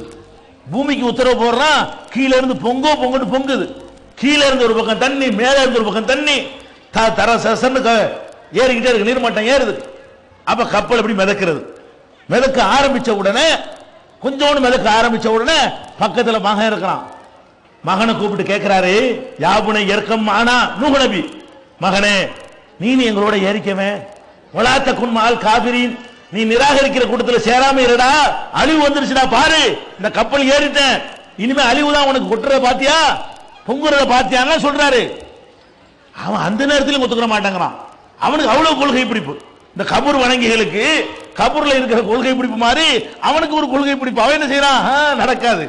சாவி இலா ஜபலின் யாசிமுனி மினல்மா, வெள்ள பிரளயத்திலிருந்து காத்துக் கொள்ளுகிற வகையில நான் மலையில ஏறிக்கொள்வேன், அதோ மலை உச்சியில ஏறுவேன், அதுக்கு மேலே தண்ணி வந்துடும் அப்படின்னு அவன் சொன்னான். சொல்லிக்கிட்டு இருக்கும் பொழுது வஹால பைனஹுல் மௌஜ், ரெண்டு பேருக்கு மத்தியில ஒரு பெரிய அலை குறுக்கிட்டது. ஃபகான மினல் முகரகீன், மூழ்கடிக்கப்பட்டு செத்தான். வாப்பா பார்த்துக்கிட்டு இருக்க, மகன் சாகடிக்கப்படுகிறான். அப்ப நூஹ் நபிக்கு தாங்கல, பிள்ளை பாசம் தாங்கல. அல்லாஹ்ட்ட கேட்கிறாரு, இன்னபனி மின்னகலி, இதெல்லாம் நான் கதை சொல்ல, குர்ஆன்ல உள்ளது அவ்வளவு. அரபில நான் சொல்வது எல்லாம் குர்ஆன் வசனங்கள், கதை இல்ல. நூஹ் நபி கேட்கிறாரு, இன்னபனி மின்னகலி, யா அல்லாஹ் என் மகன் என் குடும்பத்தில் உள்ளவன் தானே, என் புள்ள தானே, அவனை போய் அழிக்கிறியே. அல்லாஹ் என்ன சொன்னா தெரியுமா? இன்னஹு லைஸ மின் அஹ்லிக, அவன் உன் குடும்பத்தை சேர்ந்தவனே இல்ல. உனக்கு பிறந்தா குடும்பத்தை சேர்ந்தவனா?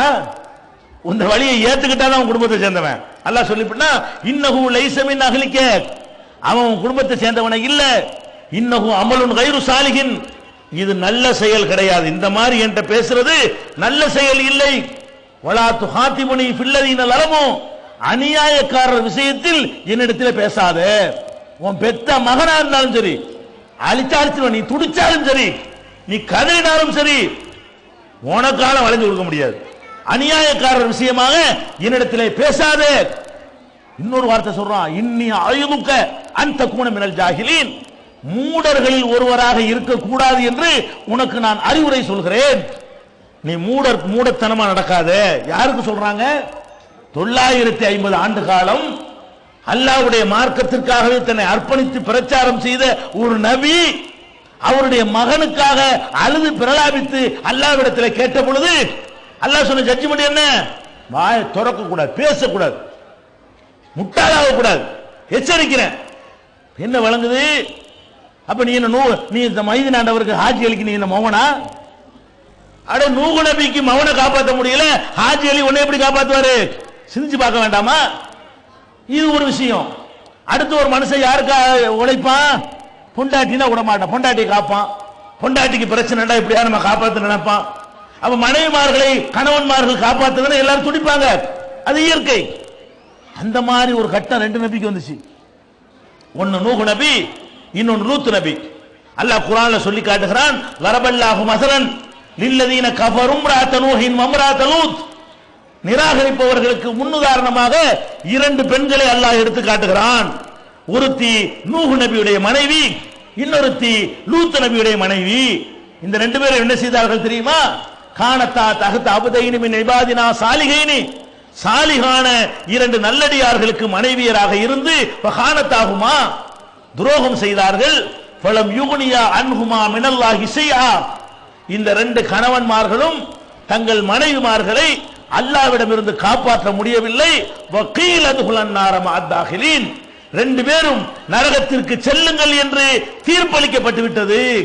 அல்லாஹ் சொல்றான், நூஹ் நபியுடைய மனைவிக்கு நரகம், லூத் நபியுடைய மனைவிக்கு நரகம். 2 கணவன்மார்கள் நபிமார்களா இருக்கிறாங்க.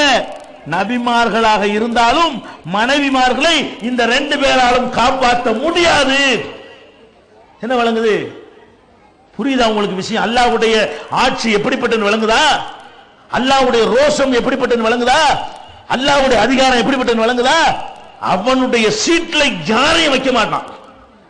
மனுஷன் வைக்கிறானா? நீ கேட்கிறிய மனுஷன் ஒத்துக்குருவானா? நான் கேட்கிறேன், இதுக்கெல்லாம் இவ்வளவு பயானா பண்ணனு? நீனோ நானோ வேற எவனோ நம்ம ஒருத்தைய கல்யாணம் பண்றோம் மனைவி. நம்மள அவளை படைச்சோம் இல்ல, நம்மள பெத்தோம், நம்மள வளர்த்தோம் ஒண்ணுமில்ல. ஒரு ஒப்பந்தத்தின் மூலமாக ஒருத்தையை நம்ம திருமணம் செய்கிறோம். திருமணம் செய்த காரணத்தினால் நம்ம என்ன எதிர்பார்க்கிறோம்? அந்த கணவன் என்ற அந்த இடத்தில் என்னைய தவிர யாரும் இருக்கக்கூடாது நினைக்கிறீங்கல்ல? ரோஷம் வருதுல? உனக்கும் ரோஷம் வரும்னா படைச்சவனுக்கு வராது? நான் படைச்ச பூமியில வாழ்ந்து கொண்டு, நான் வழங்கின தண்ணீரை குடித்துக் கொண்டு, நான் வழங்குற உணவை சாப்பிட்டு கொண்டு, என்னுடைய காற்றை சுவாசித்துக் கொண்டு, என்னால் படைக்கப்பட்ட ஒரு அடிமையிட்ட போய் என்ன இடத்துல நிப்பாட்டி என்கிட்ட கேட்கறது அவர்கிட்ட கேட்பியான்னு அவனுக்கு ரோஷம் வராது? இதுக்கு பெரிய ஆதாரம் வேணுமா? இதுக்கு பெரிய குர்ஆன் ஆராய்ச்சி பண்ணணுமா? ஹதீஸ்கள் எல்லாம் கரகண்டாத விளங்க முடியுமா? ஒரு சின்ன இந்த அறிவு இருந்தா போதுமே. நம்மளே எப்படி நம்ம இடம் அடுத்த ஆளுக்கு போக கூடாது நினைக்கிறோம். அல்லாஹ் படைச்சவனுக்கு நம்மளை படைச்ச ஆளாக்குறவனுக்கு எவ்வளவு ரைட் நம்மகிட்ட இருக்கு. அப்ப புருஷனுக்கு பொண்டாட்டிக்கிட்ட இருக்கிற ரைட்டை விட அடியான்ட்ட அல்லாஹ்வுக்கு ரைட் இருக்கா இல்லையா? இதான் மேட்ரு, சிம்பிளான மேட்ரு. இடிச்சு தள்ள மாட்டான். அப்படி இத விளங்க. அதுதான் ரசூல் ஸல்லல்லாஹு அலைஹி சொல்றாங்க, அல்லாஹ் எப்படிப்பட்டவன் தெரியுமா? வல்லாஹு அக்யரு மின்கும். அல்லாஹ் உங்களோட ரோசக்காரன். உங்களுக்கு ரோசம் வருதுல, பொண்டாட்டி விஷயத்தை சொல்லும் போது மட்டும் ரோசம் வருதுலடா. உன்னை விட அல்லாஹ்வாகிய இறைவன் அதிக ரோசமுடையவன், அவன் பொறுத்து கொள்ள மாட்டான் என்று நபிகள் நாயகம் ஸல்லல்லாஹு அலைஹி வஸல்லம் சொல்லி காட்டுறாங்க. அப்ப இந்த அடிப்படையில் நீங்கள் சிந்திச்சு பார்க்க வேண்டும். அல்லாஹ் ஒரு கட்டத்திலையும் தன்னுடைய இடத்தை அதிகாரத்தை எந்த ஆளுக்கும் கொடுக்கவே இல்லை, கொடுக்க மாட்டான். இதுக்கு முத்தாய்ப்பாக நபிகள் நாயகம் ஸல்லல்லாஹு அலைஹி வஸல்லம் அவங்களே நீங்கள் எடுத்துக்கொள்ளுங்கள். நபி ஸல்லல்லாஹு அலைஹி வஸல்லம் அவங்க ஒரு சம்பவங்க, உஹது போர் உங்களுக்கு தெரியும். உஹது போர்ல என்ன நடக்குது? எதிரிகளுடைய கை ஓங்குகிறது, இஸ்லாமியர்களுடைய கை தாழ்ந்து போகிறது. ஒரு கட்டத்தில் நம்ம ஜெயிக்கிற மாதிரி வந்தது. பிறகு இந்த போருடைய நிலவரம் திசை திரும்பி எதிரிகளுடைய கை ஓங்குகிறது. ஓங்குனா எல்லாம் ஓட்டம் பிடித்து விட்டார்கள். சஹாபாக்கள் பல பேர், விரல் விட்டு எண்ணக்கூடிய சில சஹாபாக்களை தவிர எதிரிகள் மூர்க்கமாக தாக்க வருவதை பார்த்து ஓட்டம் பிடித்து விடுகிறார்கள். அந்த சந்தர்ப்பத்தை பயன்படுத்தி கொண்டு நபிகள் நாயகத்தை நெருங்கி எதிரிகள் வாளால் பயங்கரமாக வெட்டுகிறார்கள். கன்னத்துல வெட்டுனா அப்படி கண்ண உள்ள போய் அந்த இரும்பு சங்கிலி போட்டிருப்பாங்க, முகத்துல தலையில தொப்பி போட்டு கன்னத்துல வெட்டக்கூடாது என்பதற்காக அந்த காலத்துல சங்கிலியா போட்டிருப்பாங்க. வெட்டுனா அந்த சங்கிலி தாங்கி கொள்ளும். அந்த சங்கிலியும் உடைந்து உள்ள போய் குத்தி பற்கள் எல்லாம் கீழே விழுந்து ரத்தம் கொட்டுன்னு கொட்டி மூர்ச்சையாகுறாங்க. வலி தாங்க முடியல நபி ஸல்லல்லாஹு அலைஹி வஸல்லம் அவங்களுக்கு. அப்ப சொல்றாங்க, நபியுடைய முகத்தில் இரத்த சாயம் பூசியவர்கள் எப்படி வெற்றி பெறுவார்கள்? இந்த வார்த்தையை சொல்லி போடுறாங்க. வேதனை தாங்க முடியாம, நான் ஒரு நபி, அல்லாஹ்வுடைய தூதர், என்னைய தாக்கி விட்டு இவங்க வெற்றி பெறுவாங்களா? என்னைய தாக்குனா இவங்களுக்கு தோல்விதான் அப்படின்னு ஒரு வார்த்தையை சொல்லிவிட்டாங்க. இது வேதனையில நீங்க சொல்ற நான் சொல்ற வார்த்தை தான். வேதனை தாங்கலன்னு சொன்னா அடிச்சிடல, நீ உருப்படியா பாக்குறேன்னு சொல்லிவிடுவோம். இது பெரிய பிளான் பண்ணி அல்லாஹ்வுக்கு எதிரான வார்த்தையே கிடையாது. வேதனையான நேரத்தில் என்ன சொல்றோம் விளங்காம இது மாதிரியான வார்த்தைகளை நாமளே பயன்படுத்தி விடுகிறோம். ஆனால் அவங்க பயன்படுத்தின வார்த்தையை பார்த்துட்டு அல்லாஹ் உடனே அந்த வேதனையில ஒரு வசனத்தை இறக்குறான். லைஸலக மினல் அம்ரி ஷைஉன். நபியே, அதிகாரத்தில் உனக்கு எந்த பங்கும் கிடையாது. உங்களை அடிச்சா வெற்றி பெற மாட்டான்னு நீங்க முடிவு செய்வீங்களா? அல்ல என்ன கேட்க வர்றான்? உங்களை அடிச்சுட்டாங்கிற காரணத்துக்காக வேண்டி அவன் தான் தோக்குவான், நீங்க தான் ஜெயிப்பீங்கன்னு சொல்றீங்களா? அப்ப நீங்க தான் முடிவு எடுக்கிறாளா? நான் எடுக்கணுமா? இப்ப வேதனை தாங்காம ரசூலுல்லாஹ் சொன்ன இந்த வார்த்தைக்கு அல்லாஹ் பயன்படுத்துற கடுமையான எச்சரிக்கை என்ன? லைஸலக மினல் அம்ரி ஷைஉன். அதிகாரத்தில் உனக்கு எந்த பங்கும் இல்லை. புரியுதா உங்களுக்கு? இப்ப நபிகள் நாயகம் ஸல்லல்லாஹு அலைஹி வஸல்லம் அவர்கள் அவங்களை தாக்கியவர்கள் ஜெயிக்க மாட்டார்கள் சொல்றாங்க. அல்லாஹ் சொல்றான், வெற்றி தோல்வி என் கையில். நான் நினைத்தால் உன்னை தாக்கியவர்களும் ஜெயிக்க வைப்பேன், நான் நினைத்தால் எதிரிகள் கையை ஓங்க வைப்பேன். அங்கதான் நியாய தீர்ப்பு நாள்லாம், இங்க இல்ல. உலகத்தில் கிடையாது. உலகத்தில் கெட்டவர் கையை ஓங்கும், நல்லவர்களுக்கு நியாய தீர்ப்பு வழங்குவது யௌமுத்தீன் இருக்கிறது. அந்த யௌமுத்தீன்ல நியாய தீர்ப்பு நாள்ல தான் அது சரியான தீர்ப்பு வழங்கப்படும். இங்கே எத்தனை நபிமார்களை எத்தனை பேர் கொலை பண்ணி இருக்கிறான், அவங்க ஓங்குனுச்சு.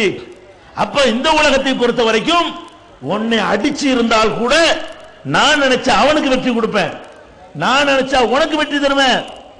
இதை டிசைட் பண்ணக்கூடிய அதிகாரம் எனக்கு தானே தவிர உனக்கு இல்ல. இப்ப எதை பார்க்கலாம், அல்ல நம்முடைய ஹபீப் ஆயிட்டாங்களே, வேதனை தாங்காம தானே சொன்னாங்க, ரத்தம் சிந்திக்கிட்டு தானே சொன்னாங்க. இந்த நேரத்தில் சொன்னா இருந்துட்டு போகுது.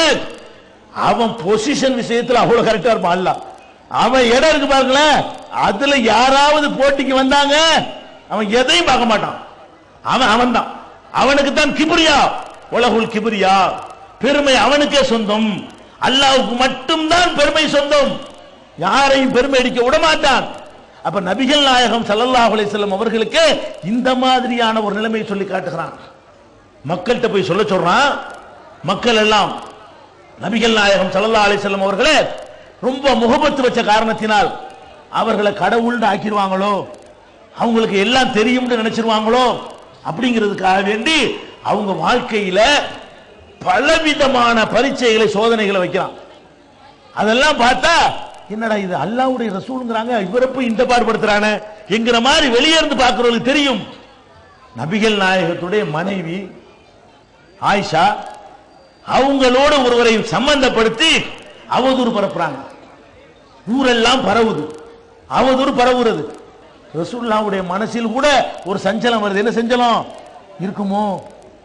ஆயிஷாட்டே வர்றாங்க, ஆயிஷாவே நீ ஏதாவது தப்பு செய்திருந்தால் அல்லாஹ்வுக்காக நீ அல்லாஹ்விடத்தில் அதுக்கு பாவ மன்னிப்பு தேடிக்கொள். என்ன அர்த்தம்? அதனுடைய பாதிப்பு அவர்களுக்கு ஏற்படுகிறது. இப்படி ஒரு நிலையில ரசூல் ஸல்லல்லாஹு அலைஹி வஸல்லம் அவர்களை ஒரு நாள் 2 நாள் இல்ல, ஏறக்குறைய 2 மாச காலம் அப்படியே கவலைக்கு மேல சஞ்சலத்துக்கு மேல சஞ்சலப்பட வைக்கிறான்.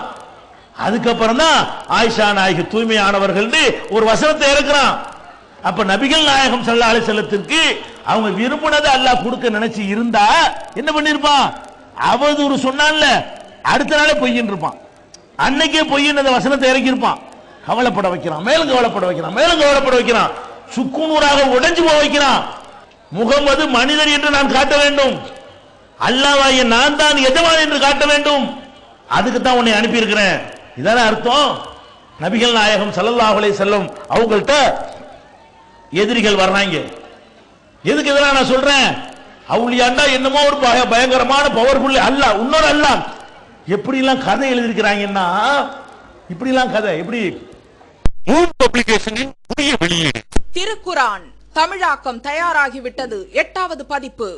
அனைவருக்கும் புரியும் எளிய நடை, தேவைப்படும் வசனங்களுக்கு தெளிவான விளக்கங்கள், கலை சொற்களின் விளக்கங்கள், திருக்குரான் எவ்வாறு அருளப்பட்டது, எவ்வாறு தொகுக்கப்பட்டது என்பது குறித்து முழுமையான விளக்கம், நபிகள் நாயகம் ஸல்லல்லாஹு அலைஹி வஸல்லம் காலம் முதல் இன்று வரை குரான் பாதுகாக்கப்பட்ட வரலாறு, திருக்குரான் இறைவனின் வார்த்தைகள் என்பதற்கான அடுக்கடுக்கான ஆதாரங்கள், முந்தைய பதிப்புகளை விட மெருகூட்டப்பட்ட செய்திகள், கூடுதலான பக்கங்கள், அழகிய வடிவமைப்பு, உயர்தரமான பைண்டிங். விலை நம்பர் 83/3, மூர் தெரு, மண்ணடி, சென்னை 1. போன் 65690810. நபிகள் நாயகம் ஸல்லல்லாஹு அலைஹி வஸல்லம் அவங்கள்ட்ட எதிரிகள் வர்றாங்க. எதுக்கு இதெல்லாம் நான் சொல்றேன்? அவுலியாண்டா என்னமோ ஒரு பயங்கரமான பவர்ஃபுல் அல்லாஹ், இன்னொரு அல்லாஹ். எப்படி எல்லாம் கதை எழுதியிருக்கிறாங்கன்னா, இப்படி எல்லாம் கதை எப்படி அப்துல் கார் ஜிலானி இருக்கார்ல, மொஹிதீன், இங்க எப்படி மொஹிதீன் சொல்லுவீங்க, அப்துல் கார் இங்க எப்படி சொல்லுவீங்க? மொஹிதீன் ஆண்டவரா? கௌஸ் பாயா? இந்த கௌஸ் பாய் இருக்கார்ல, கௌஸ் பாக் இருக்காரு. இது புது வார்த்தையா இருக்கு. இந்த கௌஸ் பாக் எப்படி ஆக்கிவிட்டாங்க? அவர் தான் அல்லாஹ்னு ஆக்கிவிட்டாங்க. எப்படின்னு கேட்டா எழுதி வச்சுக்கிறாங்க கிதாபுல, கட்டுக்கதை கிதாபுல எழுதி வச்சுக்கிறாங்க. அல்லாஹ்வும் இந்த கௌஸ் பாக்கு வாக்கிங் போனாங்களாம். போகும்போது அல்லாஹ் என்ன பண்ணாரா, அங்க ஒரு தடாகம் வந்துச்சான், வலிக்கு விழுந்துட்டானா. உடனே அல்லாஹ் என்ன செய்யனா, கையை பிடின்னு கூப்பிட்டானா.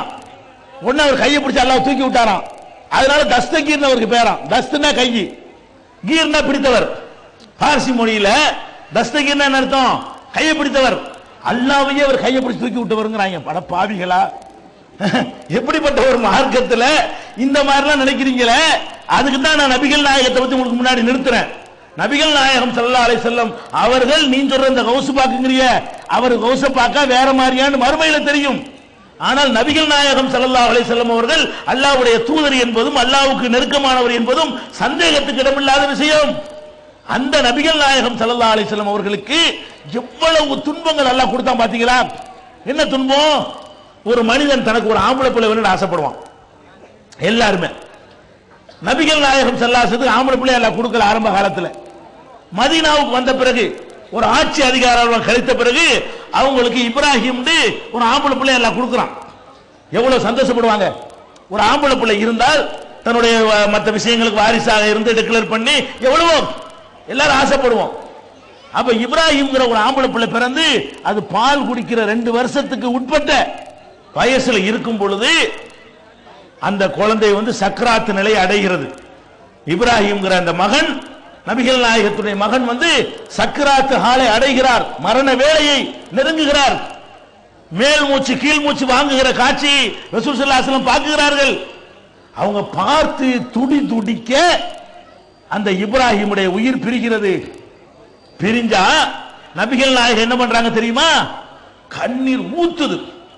நபிகள் நாயகத்துக்கு அந்த தாங்க முடியாத அந்த கவலையில, என்ன கொடுக்காத ஒரு ஆம்பளை பிள்ளை கொடுத்து எடுத்துட்டா எப்படி இருக்கு, கவலையில கண்ணீர் கொட்டுது. சஹாபாக்கள் கேட்கிறாங்க, அல்லாஹ்வுடைய தூதர் நீங்களுமா அழுவுறீங்க? ரசூல் ஸல்லல்லாஹு அலைஹி வஸல்லம் சொல்றாங்க, அல் ஐனு தத்மஉ, கண்களிலே இரத்த கண்ணீர் வடிகிறது. ஒல் கல்பு யஹ்ஸுனு, உள்ளம் வேதனையால் விம்முகிறது. வ இன்னா லி ஃபிராகிக யா இப்ராஹீம் ல மஹ்ஸூனுன், இப்ராஹீமே உன் பிரிவுக்காக நாங்கள் ரொம்ப கவலைப்படுகிறோம். அப்ப எவ்வளவு வேதனை பாருங்க. தனக்கு ஒரு மகன் தக்க வேண்டும், அந்த மகன் நீண்ட நாள் வாழ வேண்டும், தனக்கு பிறகு வாரிசாக திகழ வேண்டும் என்று எவ்வளவு ஆசைப்பட்டு இருந்தா மகனுடைய அந்த மரணத்திற்கு பிறகு அழுது கண்ணீர் வடிக்கிறாங்க. அப்ப அல்லாஹ் என்ன பண்ணிருக்கானே, நம்முடைய ஹபீபு அவர் ஆசைப்படுறாரு, அவருக்கு ஒரு புள்ள இருக்கணும்னு நினைக்கிறாரு, அது தக்கணும் நினைக்கிறாரு, அவருக்கு பிறகு அந்த குழந்தை வாழணும்னு ஆசைப்படுறாரு, நம்ம கொடுப்போம். கொடுத்தானா? அப்ப நபிகள் நாயகத்துக்கு கொடுத்த ஆம்பளை பிள்ளை எடுத்துட்டானா? இதே மாதிரி ஒரு சம்பவம், அவங்களுடைய மகள் ஜைனபு, மூத்த மகள், அந்த ஜைனபுக்கு ஒரு பிள்ளை, அந்த பிள்ளை சக்கராத்து ஹால்ல இருக்குது. உடனே நபி ஸல்லல்லாஹு அலைஹி வஸல்லம் கூட்டிட்டு வர சொல்லி மகள் ஆள் அனுப்புறாங்க. ஜைனபு உடனே எங்க அத்தாவை கூட்டிட்டு வாங்க. ரசூல் ஸல்லல்லாஹு அலைஹி வஸல்லம் சொல்றாங்க, கொஞ்சம் பொறுமையா இருமா, அல்லாஹ் நாண்டபடி நடக்குமான்னு சொல்லி அனுப்புறாங்க. அந்த அம்மா விடாம திரும்பவும் ஆள் அனுப்பி வந்துதான் ஆகணும், எங்க அத்தாவை எப்படியா கூட்டிட்டு வாங்கங்கிறாங்க. உடனே நபிகள் நாயகம் ஸல்லல்லாஹு அலைஹி வஸல்லம் அவர்கள் தங்களுடைய தோழர்கள் புடைசூழ அங்க போறாங்க. போனா இதே மாதிரி பேர பிள்ளைக்கு மூச்சு வாங்குகிறது, துடி துடிக்கிறாரு. அதை பார்த்து கண்கள் கொட்டுது, ஒண்ணும் பேச முடியல. தன்னுடைய மகளுக்கு ஒரு ஆம்பளை பிள்ளை கொடுத்தாங்க அல்லாஹ், அது நிலைக்கணுமே என்று எவ்வளவு ஆசைப்பட்டாங்க. ஆசை நிறைவேறுச்சா? இதுல என்ன, இதுல என்ன, இது எதுக்கு இந்த சம்பவம் நடக்குது? ஏன் அல்லாஹ் நினைச்சா அந்த பேர பிள்ளை தக்க வைக்க முடியாதா? அல்லாஹ் நினைச்சா அந்த ஆம்பளை பிள்ளைக்கு இன்னொரு 50 வருஷம் வாழ்க்கை கொடுக்க முடியாதா? வேணும்னு செய்யறான். அவன் எதுக்கு செய்யறான்? அட இதை பார்த்தாவது தெரிஞ்சுக்கிறீங்கடா. எனக்கு தான் அதிகாரம் வழங்கிக்க. நபிக்கு அதிகாரம் இல்ல, அவுலியாவுக்கு அதிகாரம் இல்ல, மகானுக்கு அதிகாரம் இல்ல. நான் தான் முடிவெடுக்கிறவன். என்கிட்ட மட்டும்தான் அந்த அதிகாரம் இருக்குங்கிறது தானே ஆதாரம். அப்ப புள்ள கொடுக்காம இருந்தானா? நபிகள் நாயகம் ஸல்லல்லாஹு அலைஹி வஸல்லத்துக்கு 4 பொம்பளை பிள்ளையை கொடுத்தான். ஜைனபு மூத்த மகள், ருக்கையா 2வது மகள், உம்மு குல்சூம் 3வது மகள், பாத்திமா 4வது மகள். 4 பொம்பளை பிள்ளை கொடுத்தானா? 4 பொம்பளை பிள்ளை இல்லைங்க, 3 பொம்பளை பிள்ளைய உசுரோட ரசூலுல்லாஹ் இருக்கும்போது எடுத்துக்கிட்டான். ஆம்பளை பிள்ளைய தான் எடுத்தா, பொம்பளை பிள்ளைய விட்டுருக்கலாம்ல. பொம்பளை பிள்ளைகள் 4 பொம்பளை பிள்ளைகள்ல நபிகள் நாயகம் உயிரோட இருக்கும் போது ஜைனபு மௌத்து, நபிகள் நாயகம் உயிரோட இருக்கும் பொழுது ருக்கையா மௌத்து. நபிகள் நாயகம் உயிரோட இருக்கும் பொழுது உம்மு குல்சும் மௌத்து. பாத்திமா மாத்திரம்தான் நபிகள் நாயகத்துக்கு பிந்தி ஒரு 6 மாசம், அது கூட அற்பாயில் 6 மாசம் மௌத்தா போயிட்டாங்க. பாத்திமா ரலியல்லாஹு அன்ஹா அவர்கள் கூட நபிகள் நாயகம் மரணித்து வெறும் 6 மாசம் தான் உலகத்தில் வாழ்ந்தாங்க. அற்ப ஆயுள்ள 4 பேர் போயிருக்கிறாங்களே, 3 பேர் நபிகள் அப்பா உசுரோட இருக்கும் போதே, பாவா உசுரோட இருக்கும் பொழுதே, அத்தா உசுரோட இருக்கும் பொழுதே 3 பேர் போயிட்டாங்களே. இதை எந்த மனுஷனா ஒத்துக்குருவானா? நீ ஒத்துக்குருவியா? உனக்கு ஒரு 3 பொம்பளை பிள்ளை தந்து 3ஐயும் உன் கண்ணு முன்னாடி தூக்கிட்டு போனா எவ்வளவு கவலைப்படுவேன்? அப்படித்தானே ரசூலுல்லாஹ் கவலைப்பட்டிருப்பாங்க. அந்த பிள்ளைங்க எல்லாம் நீண்ட நாள் வாழணும்னு ஆசைப்பட்டிருப்பாங்க. ஆசை நிறைவேற்றினானா? கொடுக்குற மாதிரி கொடுத்து எடுக்கிற மாதிரி எடுத்துனானுங்க. என்ன இதுல எதுக்கு இந்த சம்பவங்கள்லாம் எதுக்கு சொல்லப்படுகிறது? புரிந்து கொள்ள வேண்டும். இரண்டாவது புரிந்து கொள்ள வேண்டிய விஷயத்தை ஆழமாக கவனமாக உங்கள் உள்ளத்தில் வைத்திருக்கிறோம். என்னது? ஃபர்ஸ்ட், அல்லாஹ் எஜமான், மற்ற எல்லாரும் அடிமைகள். யாருக்கும் எந்த விதமான அதிகாரத்தையும் அல்லாஹ் பங்கிட்டு கொடுக்கவில்லை.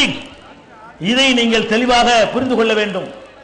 அதே போல இது புள்ளைய விட்டுருங்க, பெரும்பாலும் இந்த தர்காவுக்கு போறவன எடுத்துக்கிட்டீங்கன்னா வசதி வாய்ப்புக்கு தான் போறான், பணம் காசு. அங்க போனா பணக்காரன் ஆயிரலாம். கேட்டா அது ஒரு காரணம் இருக்குது. என்ன காரணம்? தர்காவுக்கு போயிட்டு வந்தவன பரக்கத்தா இருக்கிறேன்ல, வியாபாரம் நல்லா இருக்குதுல அப்படின்னு தர்காவில் போய் என்னமோ நடந்துருச்சான்.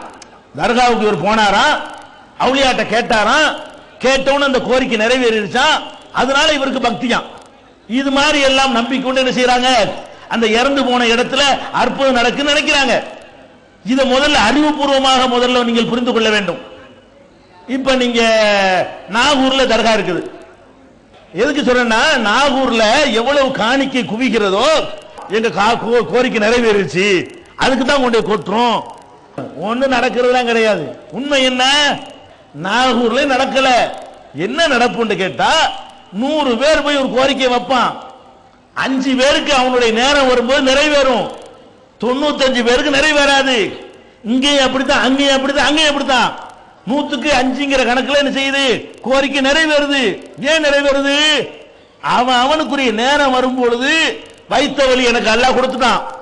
அது 2007ஆம் ஆண்டு ஏப்ரல்ல 30ஆம் தேதி போகும் எழுதி வச்சான்னு சொன்னா அன்னைக்கு போயிடும். அன்னைக்கு நான் தர்காவில் இருந்தா நாகூர் ஆண்டவர் நான் சொல்லிக்கிற வேண்டியது எல்லாருக்கும் நிறைவேறுதான். அவங்க தான் அந்த இடத்துல தான் நடக்குது என்று சொன்னால், எத்தனை பேரு புள்ளை இல்லைன்னு நாகூருக்கு போறான், ஏர்வாடிக்கு டிரான்ஸ்பர் பண்ண சொல்றாங்க. அங்க இருந்து இப்படி தர்காவா டிரான்ஸ்பர் ஆகி சாவுற வரைக்கும் புள்ளை இல்லாம செத்து போனானே அவனுக்கே இல்ல. இது மாதிரி 100 இருக்குது. எல்லாரும் தானே பணக்காரனா போகணும்னு ஆசைப்பட்டீங்க. எல்லாரும் பணக்காரனா போனது ஆசைப்பட்டு நாகூருக்கு போயிட்டு வந்தீங்க. ஏன் அப்படி ஆவல? 2 பேர் தான் ஆயிருக்கிறீங்க. 2 லட்சம் பேர்ல 2 பேர் தானே பாக்குறீங்க. என்ன விஷயம்? அல்லாஹ் ஒண்ணுக்கும் ஒரு நேரத்தை நிர்ணயிச்சு. இதை விளங்கணும். ஒரு பழமொழி சொல்லுவாங்க, விட்டவன் விலகும் போது தொட்டவன் கெட்டிக்காரன். விட்டவன் யார்? அல்லாஹ். ஒரு நோயை விட்டு இருக்கிறான், அவன் வாபஸ் வாங்க நினைக்கும் பொழுது எந்த டாக்டர் நம்ம கையை பிடிக்கிறானோ அவன் ராசியான டாக்டர் ஆயிடுவான். அல்லாஹ் எப்ப எனக்கு குணமாகும் நினைக்கிறானோ அன்னைக்கு பார்த்து எந்த டாக்டர் நான் போறனோ அந்த டாக்டர் என்ன செய்வாரு? சும்மா 4 மாத்திரை தான் கொடுப்பாரு. அதுக்கு முந்தி 2 லட்சம் ரூபாய் செலவு பண்ணிருப்பேன், போயிருக்காது. இந்த 4 மாத்திரை கொடுப்பாரு பாருங்களேன், அதான் டேட், அதான் டெட்லைன்.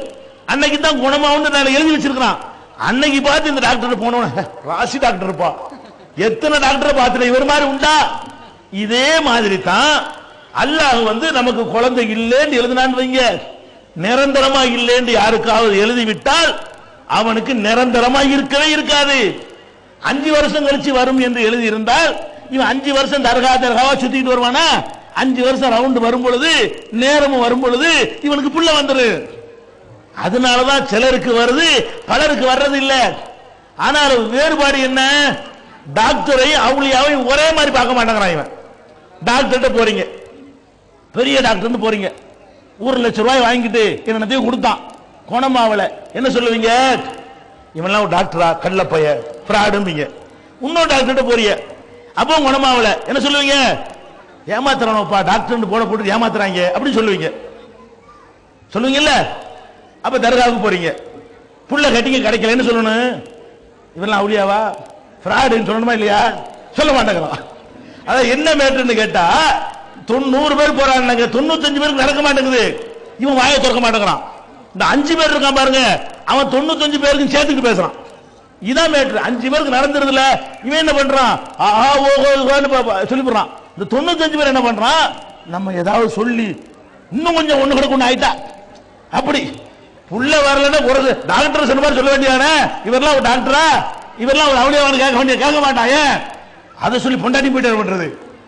நம்ம பிள்ளைகள அவுளியாவை திட்டி இருக்கிற பொண்டாட்டி விட்டுட, இதான் மேட்ரு. இதனாலதான் இந்த நம்பிக்கை அப்படி பரவிக்கிட்டே இருக்கிறது. கிடைக்காதவன் வாயை திறக்க மாட்டேங்கிறான், கிடைச்சவன் அவனுக்கு சேர்த்து திறக்கிறான். இதானே தவிர இறந்து போன ஆட்களுக்கு அப்படி சக்தி எல்லாம் உண்டா? உசுரோட உள்ள ஆட்களுக்கு இல்லைன்னு ஆயிடுச்சு. உசுரோட வாழுகிற காலத்திலேயே இதெல்லாம் கொடுக்க இயலாது, ரிசுக்கு தர இயலாது. ரிசுக்கையாவது தர இயலுமா? நபிகள் நாயகம் ஸல்லல்லாஹு அலைஹி வஸல்லம் அவங்க வரலாற்றை நீங்க படிச்சிருக்கிறீங்களா? அவங்களுடைய கண்ணீர் காவியத்தை நீங்க படிச்சிருக்கிறீங்களா? உலகத்திலேயே அதுக்கு நிகரான வறுமை கிடையாதுங்க. நபி ஸல்லல்லாஹு அலைஹி வஸல்லம் அவர்கள் ஒரு வீட்டுல 3 நாளைக்கு அடுப்பறியாம இருக்குமா? 3 மாதத்துக்கு இருக்குமா? 3 நாளைக்கு உங்க வீட்டுல அடுப்பறியில யாராவது ஒரு ஆள் கைத்துங்க பார்ப்போம். 3 நாள் எங்க வீட்டுல அடுப்பு பத்தலன்னு யாராவது சொல்லுங்க பார்ப்போம். ஒருத்தர் சொல்ல முடியாது. ஆயிஷா நாயகி சொல்றாங்க, ஒரு பிறைனா 1 மாதம் கடக்கும், நாங்கள் அடுப்பு மூட்டியிருக்க மாட்டோம். அடுத்த பிறையையும் பார்ப்போம், அடுப்பே மூட்டியிருக்க மாட்டோம். அடுத்த பிறையையும் பார்ப்போம், அடுப்பே மூட்டியிருக்க மாட்டோம். 3 மாத காலம் அடுப்பு மூட்டாமல் நாங்கள் வாழ்ந்திருக்கிறோம். அப்ப ஒருத்தர் கேட்கிறாரு, அடுப்பே மூட்டலன்னா அவருக்கு என்னத்தை தான் சாப்பிடுவீங்க? ஆயிஷா நாயகி சொல்றாங்க, அல் அஸ்வதான், பேரிச்சம்பழமும் தண்ணீரும் தான். 2 பேரிச்சம்பழத்தை வாயில போட்டுக்குருவோம், கொஞ்சம் தண்ணியை குடிச்சுக்கிருவோம். யாருடைய வாழ்க்கை? அகில உலகத்திற்கு நேர்வழி காட்ட வந்த அல்லாஹ்வுடைய தூதரின் வாழ்க்கை. அப்ப நபிகள் நாயகம் ஸல்லல்லாஹு அலைஹி வஸல்லம் அவர்கள் பசியில துடிக்கிறாங்க, வாடுறாங்க, வதங்குறாங்க. உணவு கிடைச்சா தேவலைன்னு ஆசைப்படுறாங்க, கிடைக்க மாட்டேங்குது. ஆயிஷா நாயகி சொல்றாங்க, மாரா ரசூலுல்லாஹி ஸல்லல்லாஹு அலைஹி வஸல்லம் முன்குலன் கத்து, நபிகள் நாயகம் ஸல்லல்லாஹு அலைஹி வஸல்லம் அவர்கள் மாவு சலிக்கின்ற சல்லடையை பார்த்ததே இல்லை. சல்லடையை சலிக்காம எப்படி சாப்பிடுவீங்க? அந்த காலத்துல நமக்கு ரைஸ் மில்லாம் வந்துருச்சு, மில்ல போட்டு பட்டு மாதிரி அரைச்சிருவான். அந்த காலத்துல திருகையில தான் அரைக்குவாங்க, அரைச்சா அவ்வளவு பட்டு மாதிரி இருக்காது. அப்புறம் சலிச்சுதான் சாப்பிடணும், சலிக்காட்டி சாப்பிட முடியாது, பெருசு பெருசா கிடக்கும், குருணை மாதிரி இருக்கும். அப்பதான் அவர் கேட்கிறாரு, சல்லடை இல்லாம எப்படி சாப்பிடுவீங்க?